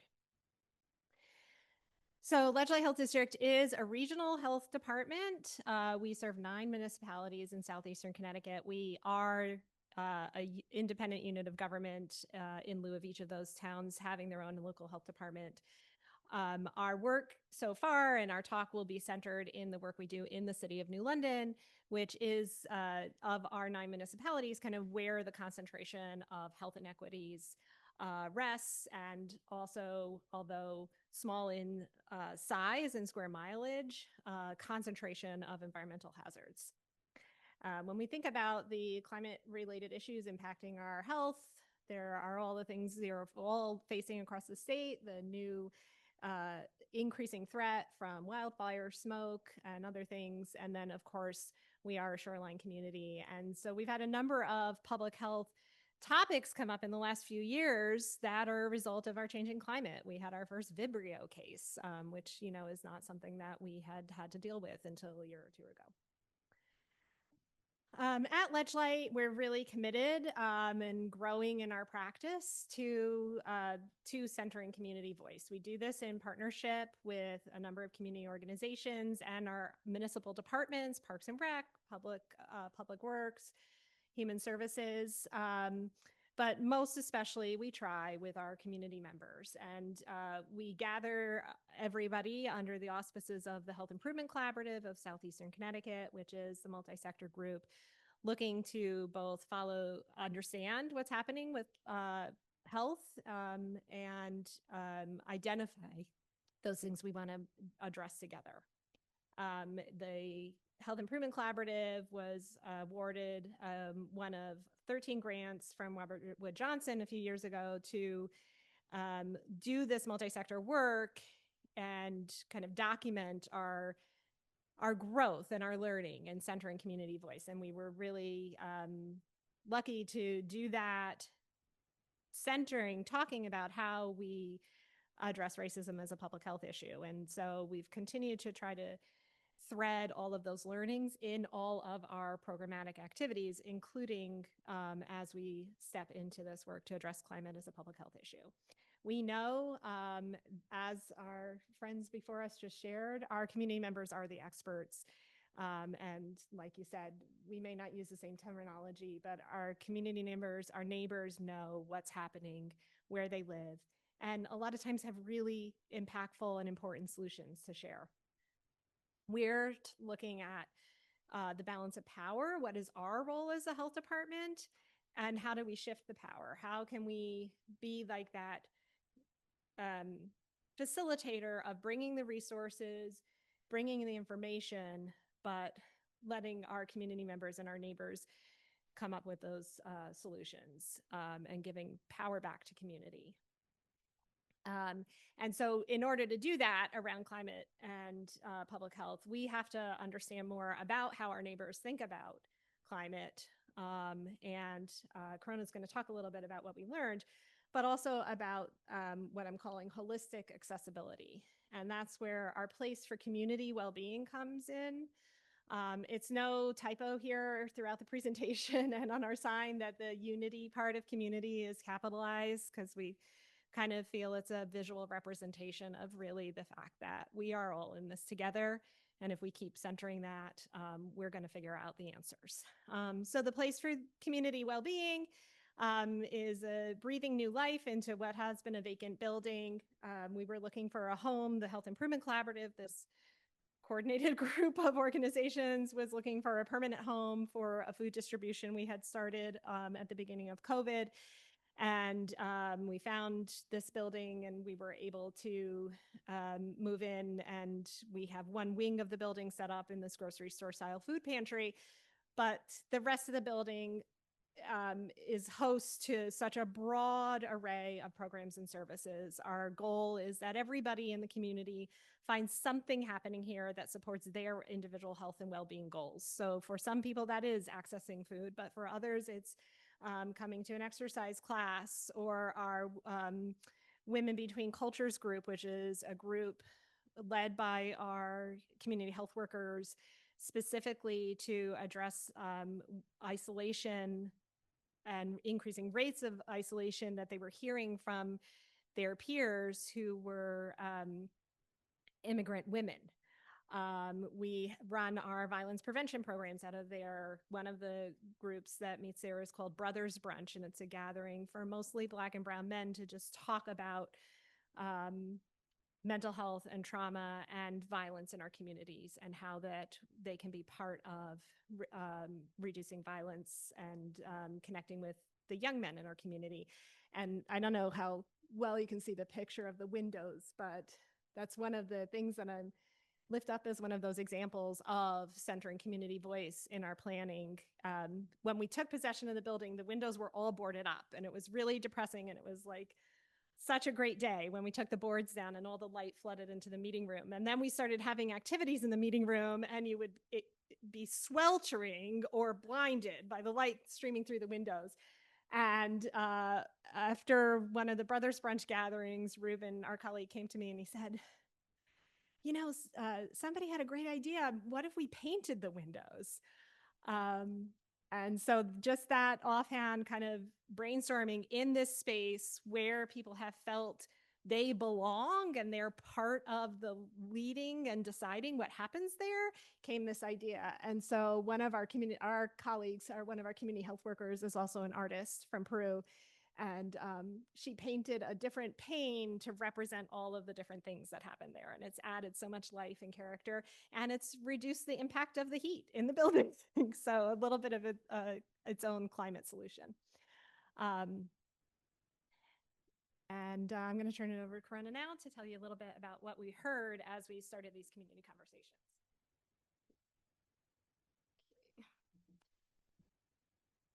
So I'm going to be talking about, sorry, I'm going to try to do it really quick. Okay. The CCD method, which was created by Chesney McCumber. She's a professor at Keene College. She contacted us last year because she actually grew up in the New London area. So she was, so she had started doing CCD workshops in other countries and also in Florida. But she wanted to do it in New London to see what folks in New London, how they conceived of resilience in the face of climate change. So she reached out with us, and we were just doing some preliminary focus groups. And so we gathered 4 groups. This is one of the groups, the Spanish-speaking group, and we had so women from Women Between Cultures. We also had volunteers who also used the bodega. And we also did a group of staff members from Legislate, the health department. And then our final group was with the Food Justice Action Team of the HIC, Health Improvement Collaborative. So the CCD method is kind of like a way to kind of level the playing field with communication. So instead of everyone just like centering talking about how they perceive these concepts, it kind of like centered around drawing, and then it kind of was a way to make the conversation more accessible to people that might not be used to talking about resilience or climate change. So, how do I do this? Oh, no, sorry. I got confused. So a focus group would kind of start like this, and it was led by one of the researchers. So she would have us gathered around a table, and then there was a large sheet of paper in the middle, and then she would draw the lines to make 3 sections, and then she'd give everyone markers, and then she would tell everyone, okay, so in this section we're going to talk about like what is the most resilient New London that you can think of, and then so just like draw symbols or draw people or whatever it means to you, and then after people took their time drawing things, like we kind of talked about like what we drew and what it meant, and then the next section was like talk about the intermediate resilient New London, or it could be like the current situation, and I think a lot of groups kind of drew what they felt like was going on currently, and then the last section was like what is the least resilient New London in terms of climate change or whatever they understand resilience to mean. And so these are some examples of the drawings, 3 out of the 4 groups. And it didn't matter if you were a good artist or not. What mattered was like what you're drawing and the conversations that came from the drawings. So people drew things like images representing community action groups, social connection. Some people like talked about just like community love. And then some other folks also drew images talking about like how the importance of translating materials and reaching out to communities where English is not a primary language, especially in communities involving a lot of immigrants, because it'll help them feel like they belong and that they matter and that they actually can be part of these conversations of community planning. And then as you can see in the like least resilient boxes, like people drew things like lack of affordable housing or toxic pollution in the air, or just like greed from people who prioritize profit over human health and well-being. And then in the middle, like I said, like a lot of people kind of talked about like what's going on right now, and it's kind of like we have a lot of great community initiatives going on, but still the needs of a lot of vulnerable groups are still being ignored. And then I will quickly share the findings. So most community members who had not heard of or didn't have a conception for the term resilience before the activity, some people described it in terms of like, oh, polluted water, or it gets hot in the summer, but they didn't kind of have a collective understanding of what climate change is the way we might be talking in this room about it. Definitions of resilience were more based on overcoming challenges and the ability to come back stronger in the context of a state of mind. So it was very much mental health related, and like resilience being like something that you do. It's not just like an outcome.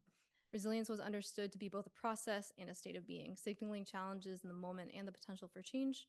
And then another big thing was community members defined the resilience in terms of economic and social resilience, less in terms of environmental resilience. And so the way I interpret that is that a lot of community members, instead of talking about, oh, like we need to plant more trees, or oh, we need to like create a better like infrastructure by the water, like those things are very important, but things that they talked about that came to them like first of mind was like, we need better jobs, we need like access to more housing because there's so many people who are unhoused or they can't afford rent, or like we need access to like a stable source of food. And then so a lot of the community members, they understood resilience to be rooted in like the economic and social resilience, and then also in community relationships. Like we need to uplift the community groups that are trying to like empower people and advocate for like basic needs.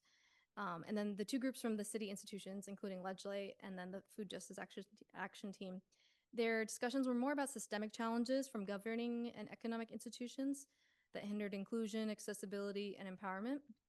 And like I said, the community members didn't have or didn't clearly articulate a definition of climate change. And their stories of resilience were often related to like specific heat events, like being really, really hot, or like the heat making them like people that they know really angry, that might lead to violence, that might lead to like, yeah.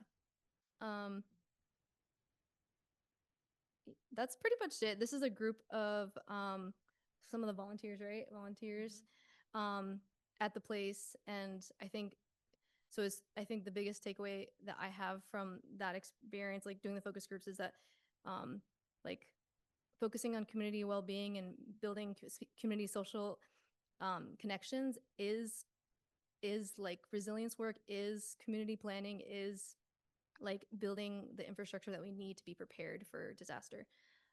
Yeah. Yeah, I just wanted to loop back around to that. Like the reason for starting with the place is that it's twofold, right? That by creating this actual place where people feel they're part of something and part of leading the work in their community led to such great engagement with the focus group initiative. But it also is creating a space where we can come back to community members. We've started this conversation about heat. We've started this conversation about air quality.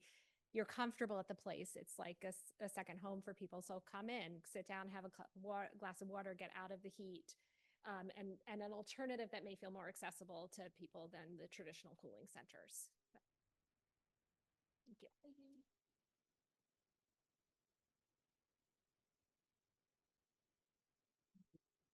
Thank you. And now I will introduce our final presenter, Mark Mitchell. Dr. Mitchell is a professor from Climate Change, Energy, and Environmental Health Equity at George Mason University, where he founded the Climate and Health Equity Fellowship for Physicians of Color. He also co-chairs the National Medical Association's Council on Environmental Health and Climate Change and CJAC. Dr. Mitchell is on the steering committee of the Connecticut Health Professionals for Climate Action, and he spent over 20 years working in the public health sector, including as director of Hartford Health Department, and over 20 years working in environmental justice. He founded the Connecticut Coalition for Environmental Justice in 1998, establishing chapters in Hartford, Bridgeport, and New Haven during his 13-year tenure. Dr. Mitchell earned his bachelor's and medical degree from the University of Missouri, Kansas City, and his master's of public health from the Johns Hopkins University. Thank you.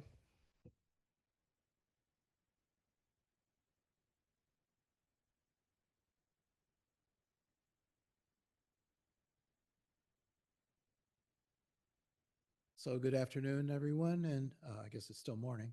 Thank you for the opportunity to speak. As you see, climate is not only something at the federal level, I guess it's not at the federal level, it's at the state level, it's policy, but it's mostly at community level. Both in public health and in communities themselves. You know, people are more affected. I want to talk about the Connecticut Health Professionals for Climate Action and how we are promoting health and equity in climate change. So climate change is affecting everyone here and now, but some people are more affected than others. So how is it affecting us?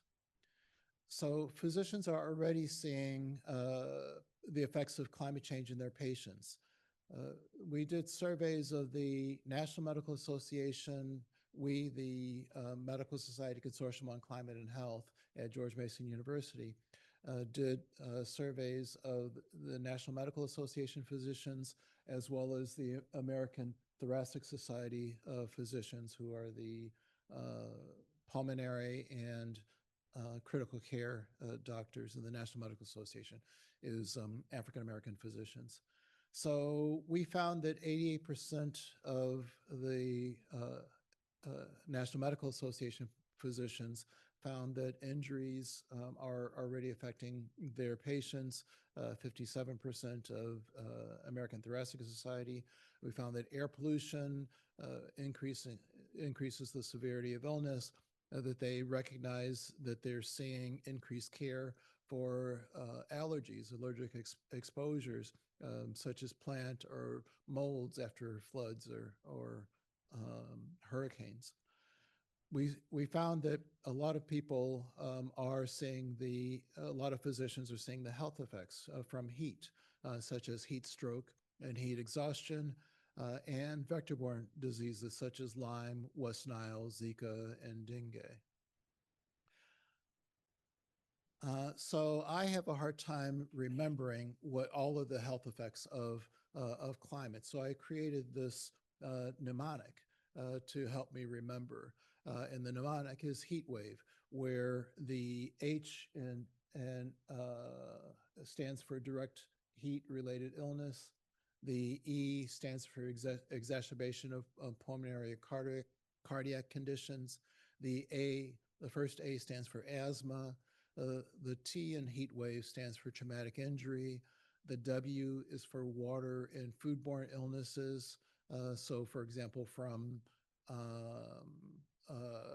the lack of electricity, food spoilage, but also things like blue-green algae or red tide, and the health effects of that, as well as the shellfish contamination.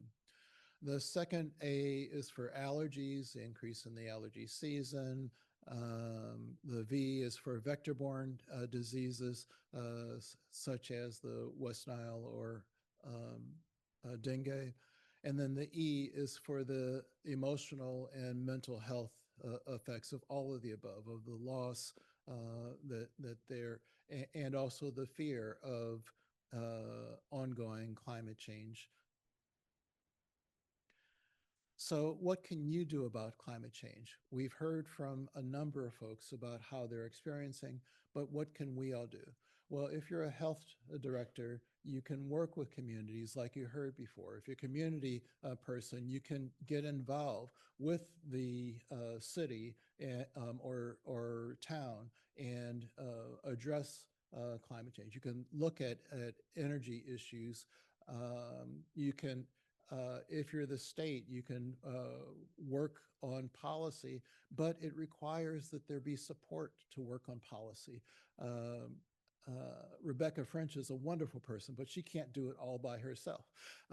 So what we need and what we know is that health professionals have the potential to be the most influential voices to get action on climate change. Health professionals are trusted across the political divide. There's a list of professions that are most trusted, nurses typically come out on top, and then physicians are under that, and then public health professionals are quite well respected. The health message resonates with all audiences. People may deny that climate change is human caused, but they are concerned about the effects on children, the effects on health. The health messenger is just as important as the health message, and that there are 4 key messages that are most effective. The first message is that climate change is harming the health of Americans today, and these harms will increase unless we act. The second is that everyone is affected, whether they know it or not, but some residents are more affected than others. Third is the way to slow or stop these harms is to decrease the use of fossil fuels and increase energy efficiency and the use of clean energy sources. And the fourth is that these changes in energy choices will improve the quality of our air and water and bring immediate health effects. The climate health effects may be decades away, but the health effects, the reduction in air pollution, the reduction in water pollution is immediate, and we can get the health effects of that.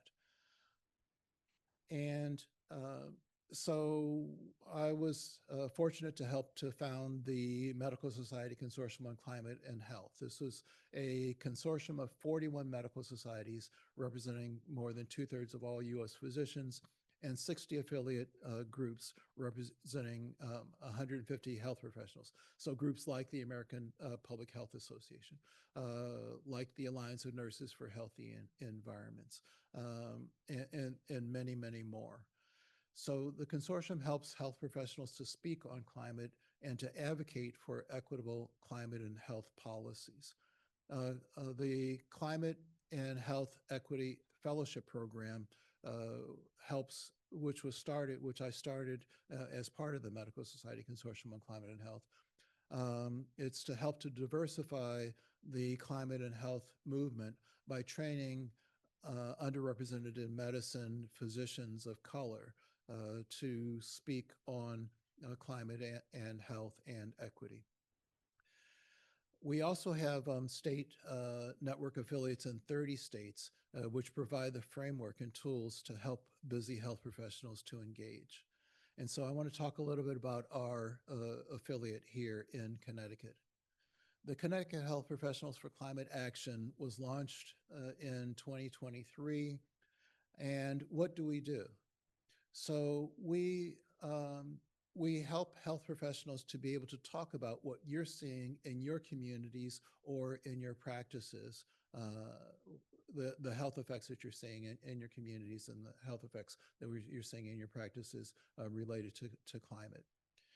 We have an annual day at the Capitol, and I know Jen and other folks have been part of that, and we appreciate that, and you're all welcome to that.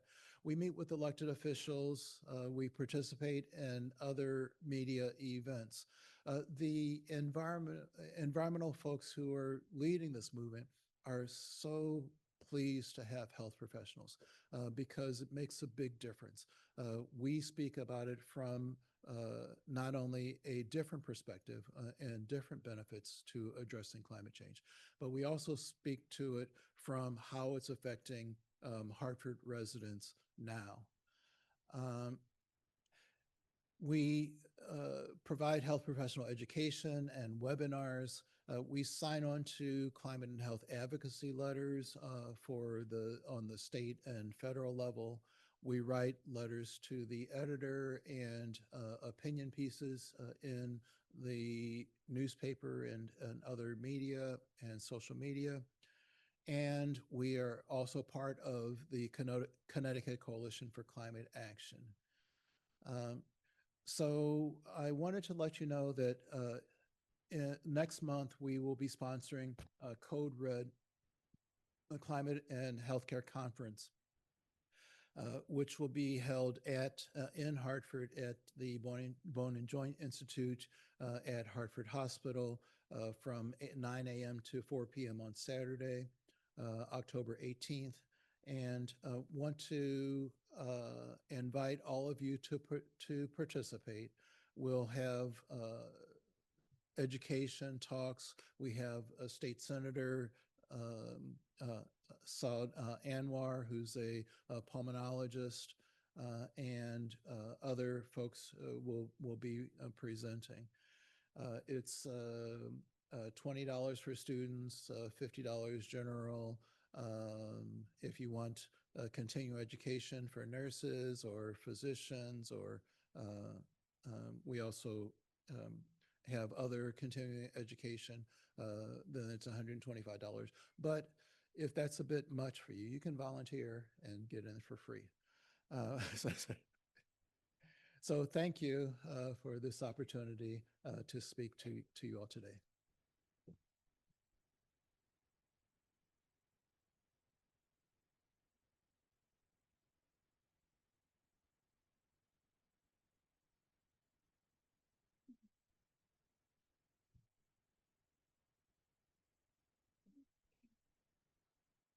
I think we are open for questions. Don't mind me, I'm just panning the camera for our Zoom folks.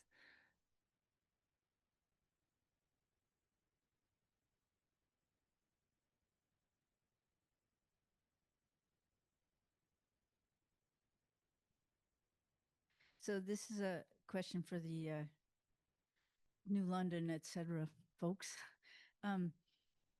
When you got the community feedback in the focus groups, did that surprise you? Did the things that they said, were they things that you had anticipated, or how new was that for you?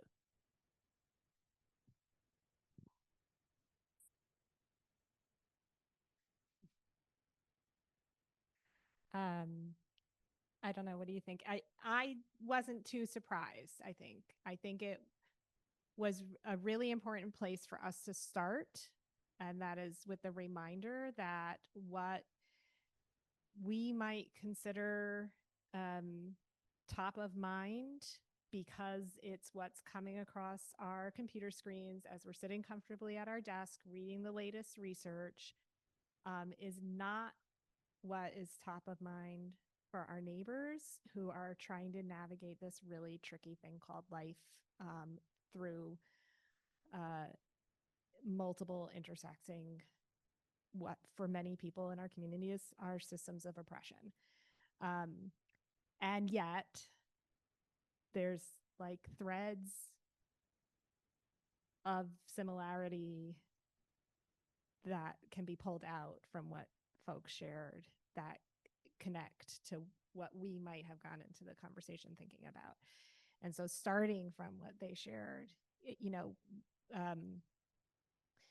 we do all this work with our municipal partners, and an important part of what my role as the health director is to help our school district or our public works team or Parks and Rec understand, okay, well, it's a wildfire event, it's bad air quality. Are we moving camp inside? Are we delaying mowing? Like, I have to think about all of those things, but I also really want our neighbors to understand, like, it might be a good day to wear a mask. And especially now, after masking has become such a hot button conversation, I'm never going to convince people to wear a mask if I'm starting from where I start. I'll just say briefly, I participated in the legislative focus group, and at first I was a little bit frustrated that like my coworkers didn't have the same understanding of climate change that I had. But then I was like, I need to accept like what they're talking about, which was like community love and like violence prevention and like housing. Like, if that's what matters to people, that's what matters to people, and it's related to climate change. So I think it was eye-opening for me.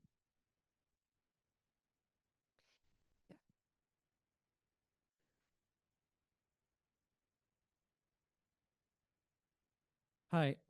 So I have a question for Dr. Mitchell. One of your slides made me think about this, and I think the question is relevant to other community-oriented folks. There's a slide where you were talking about how public health officials are highly regarded and well trusted, and it made me think about well, like the Trump administration. We have RFK Jr. right now saying his stuff, right? And it's public health is politicized, right? And I think it's going to become increasingly difficult to rely on these like top-down organizations and methods of distributing information. So I was wondering how y'all have been, if you've experienced any challenges with disseminating information and how you're thinking about strategies to kind of share this relevant information from a more bottoms-up approach. So yes, as you know, public health is under attack, just like all other science is under attack. And although all professions are lower, the respect for all professions is lower than it has been. It's still higher in public health and in health and medicine than it is for other health professionals. So it's more than 50% well respected in public health and others. Now, the issue about politics and public health has always been an issue. I'm actually writing a book about politics and public health. And it's all, health departments have always been very political, but working with communities and keeping communities out front, you can say, well, how can we tell the community that their priorities should not be the priorities of government? You can't do that. So, you need to provide information to the public and work with the public to make sure that you're on the same page, and that the public knows how to support local health and medicine. Are there other folks at the table who want to answer that? Okay. Other questions from the audience?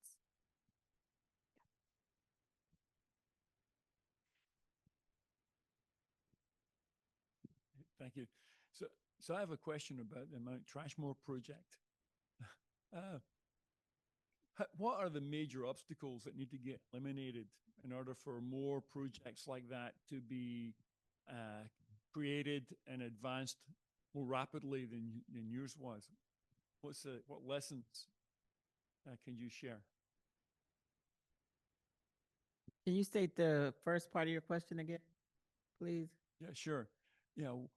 From your experience with the project that you described, what obstacles could be eliminated in your view, and how could you accelerate projects like that and make it easier for others and other communities to do the same thing or similar? Do you want to stay here till Sunday? Top 10, top 10. So the obstacles are numerous. I want to I think that we've had every single obstacle that we could thrown at us. One, I don't think they expected us to get that far, right? So numerous people have tried to develop that parcel of land. So we are the first in terms of like a real community group that's tried. I don't even think we thought we were going to get that far, to be honest.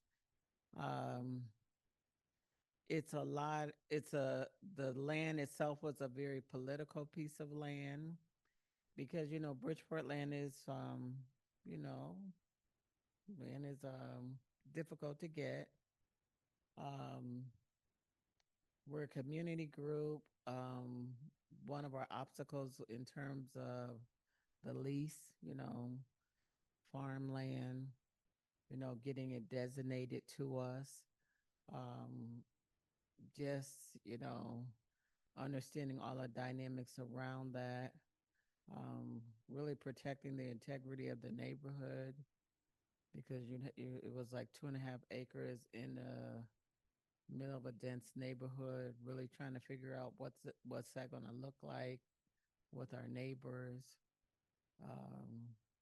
It's an environmental hazard, that part of land, making sure it was safe for our neighbors as well as us to be able to develop that parcel of land. We had tons of, I don't even know how many meetings, years of meetings, even though we were meeting with the team bi-weekly, we were meeting with the community monthly, on Saturdays, on Sundays, on Tuesdays, emergency call meetings, every time something popped up, because it was just not us. It's our goal to inform the group in the community. So it can't just be me and Karen. When you went and asked our neighbors about what was going on with Mount Gromore, everybody had to be able to explain it to the next person. So everybody knew what was going on. We're in the process, I don't know if everything's on the website yet, right? Yeah, so there's a lot of documents that we were able to produce to share with other neighbors if they want to do something similar to it. But it's really been quite a journey to get it done. And also, it wouldn't have been done if we didn't have partners and if we didn't learn, like we were talking, the technical terms and how to actually play the game. So what I mean by that is because getting the land remediated, all that, it's money, money that we didn't have, but we have partners that would, that was willing to do it for us through a certain process. And and it's still ongoing because of the land that it was so, it was a landfill. So, so that's one of the obstacles. So what I would suggest is partners. You can't do it alone.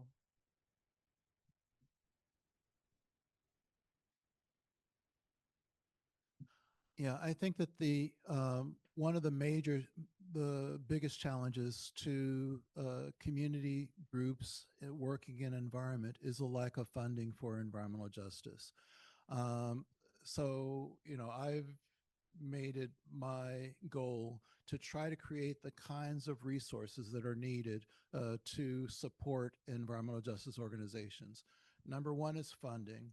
But number two is sort of technical knowledge, both the health and from the health department, but all and universities and others.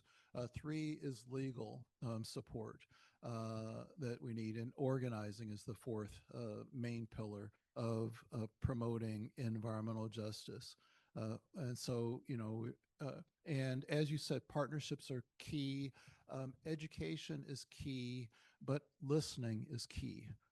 You don't go in there and say, this is what I think, and so this is what you should think.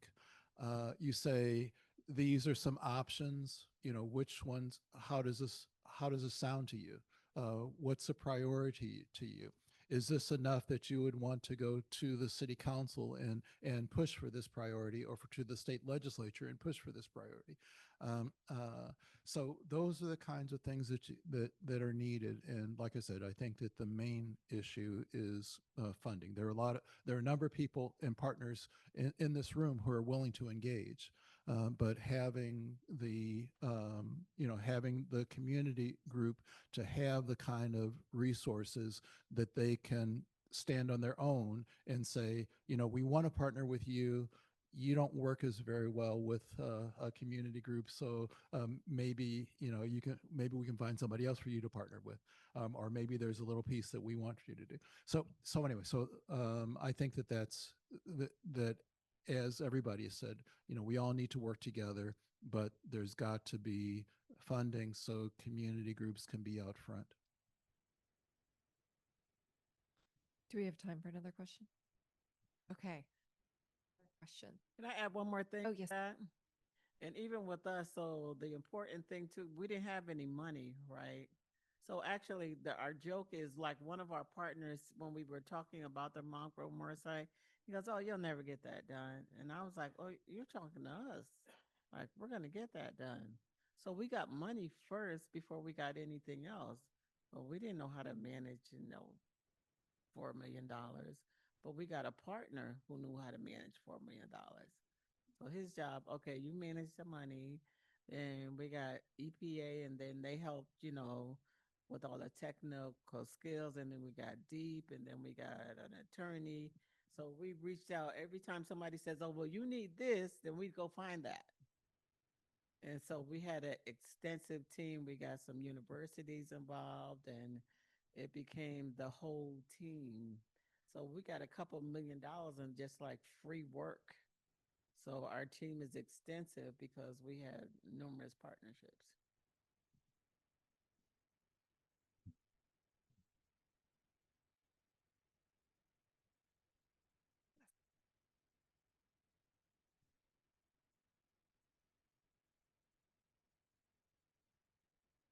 Hi, thank you so much for this conversation. I'm curious, Dr. French, I heard you mention the Governor's Council on Climate Change. Curious if you have updates for us. I'm also just really thinking about what states and communities can do. And this is a bare conversation, I think, but just, thinking about EPA's proposal to rescind the endangerment finding and how challenging that is for us in this landscape. But thinking moving forward, how we can do all that we can do to protect Connecticut residents. Yeah, thanks for your question. Yeah, I didn't want to spend the whole talk talking about, the big change in focus, obviously from the last administration to the current administration. But as it relates to Governor's Council on Climate Change, that's kind of a helpful context, because the Governor's Council on Climate Change was most active actually right at the tail end of the first term of the Trump administration.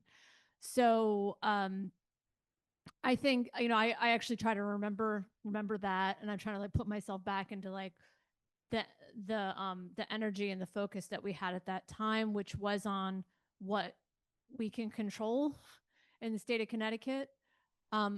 Obviously, Connecticut Deep is concerned about the rollback of the endangerment finding and rollback of air regulations, particularly in Connecticut. From the air pollution side, a lot of our air quality problems are because of pollution blowing into our state. So we really need the federal government to regulate air pollution, because we can't even if we could, get everyone into an electric car and truck within our state borders, we could still have air pollution blowing in from other states that are not being regulated by federal government and don't have and are not making similar efforts to reduce their air pollution and climate emissions, climate pollution. So yeah, there's no sugarcoating that. Like that's a major setback. It does have a significant impact. Regulations have been shown, modeling shows that they're incredibly effective, particularly in the transportation sector, which is our largest source of greenhouse gas emissions at reducing pollution. But there are things that we can do. The building sector is something where we are seeing the numbers come down because of state programs and federal programs that are incentivizing residential efficiency. This is not a regulated area. No, DEEP is not regulating your house. So that's about incentives and programs that are reducing people's energy bills, but also reducing greenhouse gas emissions. So that's why we have a large focus on heat pump technology and energy efficiency more broadly, because we see we're seeing the impact on the climate side, but we're seeing an even bigger impact on people's cost of living. So to say that's why we're focused on what we can control, what we can do, while doing everything we can as a state agency to engage with the federal government, engage with our delegation about federal policy and all the processes we have for that, public comment, working with the Attorney General, etc. Thank you. I think we have time for one more question before we wrap up. Okay, back to. This is a follow-up question for you, Rebecca. How active is your agency in getting multiple departments within the state of Connecticut to contribute toward home energy efficiency and renewable or non-traditional, non-fossil fuel using energy sources? The question is how active is Connecticut DEEP in the role? Sorry. Not how active Connecticut DEEP is, but how active, how different other departments are also working together with DEEP toward these goals. Is there any effort in that direction yet? Thank you. So, yeah, I think that was a big outcome when I started in this role in spring 2020, which was quite a time. Speaking of public health, but there was no department, there was no Office of Public Health at the Department of Public Health. Hannah is now here and runs the Department of, or the Office of Climate and Health at the Department of Public Health. We now have a climate coordinator in the Office of Policy and Management, which is the division that basically is our budget office for the whole state, arguably one of the powerful divisions of the government. Joanna Wozniak Brown it is there, and that position didn't exist but for a few years ago. So it used to be DEEP climate was only really in DEEP. I've really seen that grow and expand across multiple state agencies and them all tackling the problem. So I'm not working entirely by myself anymore, Mark, which is good news, which is good. And that those departments where it intersects with their mission are focused on that because they have the expertise in that area, and are bringing those problems to bear. The extreme heat protocol that I talked about today, that was just invented by Department of Emergency Services Protection a few years ago, and they realized, oh, we're having more heat waves. We actually had a cold weather protocol. We didn't have a heat wave protocol until a few years ago. So you're seeing state government be responsive, creating new programs, creating positions with a focus on resilience, with a focus on climate. And that's good news for all of us. And we do meet regularly, and we do talk to each other and try to work across silos as much as we can. Great. I will turn it back over to Jen to wrap up. Not quite. Are there any other burning questions from the audience?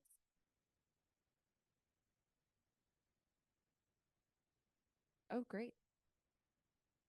No, I just wanted to talk a little bit more again with Rebecca about the federal cutbacks. If you can talk a little bit more about the federal cutbacks and how they're affecting your programs. I will end on this note. Okay. Yeah, I wanted to highlight the programs that we still have. So that's the good news, is that I think we're seeing the news. It is just like waves coming at us. So that's why I did want to highlight those federal programs that were funded by the Inflation Reduction Act. Congress did, those tax credits expiring at the end of this year are because Congress passed the One Big Beautiful Bill Act in July and changed the law and said the tax credits are going to expire on these states several years earlier than they were supposed to. They're supposed to go out to about 10 years. So that's a really a larger benefit. Those tax credits were shown to kind of have the largest climate impacts because they're essentially an unlimited source of funding available to the American public to make investments in clean transportation, clean energy efficiency measures. So that's why, we're encouraging people to take advantage of them while they still exist. And we've seen some grants that were awarded to Connecticut, some of them be terminated, some of them paused, and a lot of things right now are, the status is, well, we've received letters, some programs are paused, the Attorney General is leading lawsuits and cases. Some of those are coming back with decisions. We're starting to see decisions come back. But not in all cases. So I don't have we're still very much in the face of, we're not exactly how all this will shake out, but certainly Congress passing and changing the law was a very significant and clear change. So the federal tax credit changes that happened that I think are the ones that the general public are sort of most directly impacted by right away. At EPA with the endangerment finding, it's still in a process. It's in a process of public comment. Public comment closes on September 15th, unless it gets extended. I think it's to extend it to the 22nd. Thank you. Sorry. For time. Thank you. So all these things are still proposals. They're still working their way through government processes, but it's obviously not a good sign to see the head of EPA saying this is what the EPA should be doing. The EPA shouldn't be regulating this area. They shouldn't be doing that. So that's a real problem, but I can't tell you right now exactly what will happen.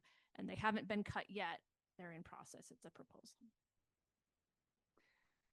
Okay, great. I was just going to say a quick thank you to our panelists and to the audience for the great questions. Thank you.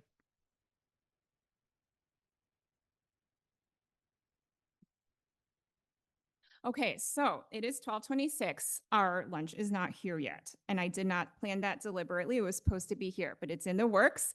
So while we're waiting for that, and we have a few minutes, I do want to do the community vision board exercise. And we're going to keep it really simple. It's going to require cooperation as well. So at your tables, you'll find a small stack of Post-its. Please share with your table mates. Give everyone a few. And there might be some extra pens. The prompt is, we are trying to build a collective vision for a healthy, climate resilient Connecticut. What resonated most from today, or what other ideas do you have in terms of approaches, tools, and partnerships that you took inspiration from today? And to personally take inspiration from Corona's community concept drawing, that's a new thing that I learned today. Feel free to draw instead of write on your Post-it, and just leave them at the tables. We'll collect them later for the after lunch session when we will reflect on these Post-its that you all have collected. I'm actually giving the Zoom folks an opportunity to participate via a web app. We'll see how that goes. And I think for the Zoom folks, I think if you're on your phone, they might ask you to come up with like a funny name for yourself. You can use your real name or the fake one they made up. So I'm going to just, give you all a few minutes to just absorb all of that and have a little bit of reflection about what really glowed within you from this morning. Okay, yes, I've just been gabbing. So the question is, we are trying to build our collective vision for a healthy and climate resilient Connecticut. What resonated most from today? Or what other ideas do you have towards this vision? And they can be approaches or tools or partnerships, removing roadblocks, funding. There's much to potentially explore in there. So we want to kind of gather what you all think is most impactful or just sort of resonated with you the most.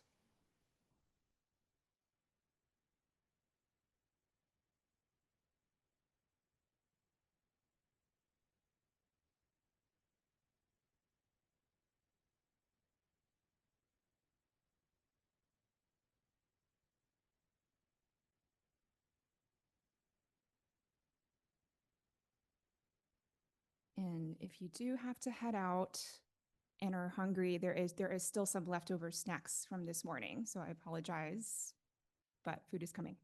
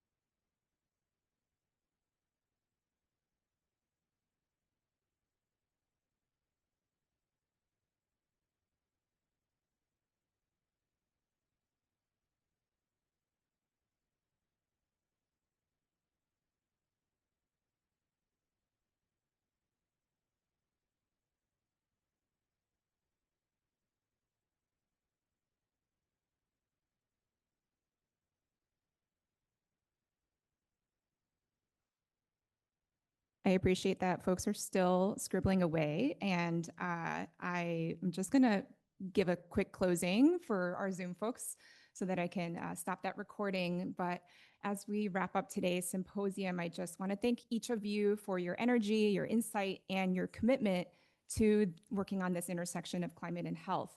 The challenges ahead are significant, but the ideas we've shared and the connections we've made show just how much we can accomplish together. Let's leave here inspired to turn today's discussions into action in our communities, our work, and our daily choices. Thank you for being part of this important conversation, and let's keep pushing forward. We will be in touch after the event, and thank you again for joining us virtually. Take care, everyone.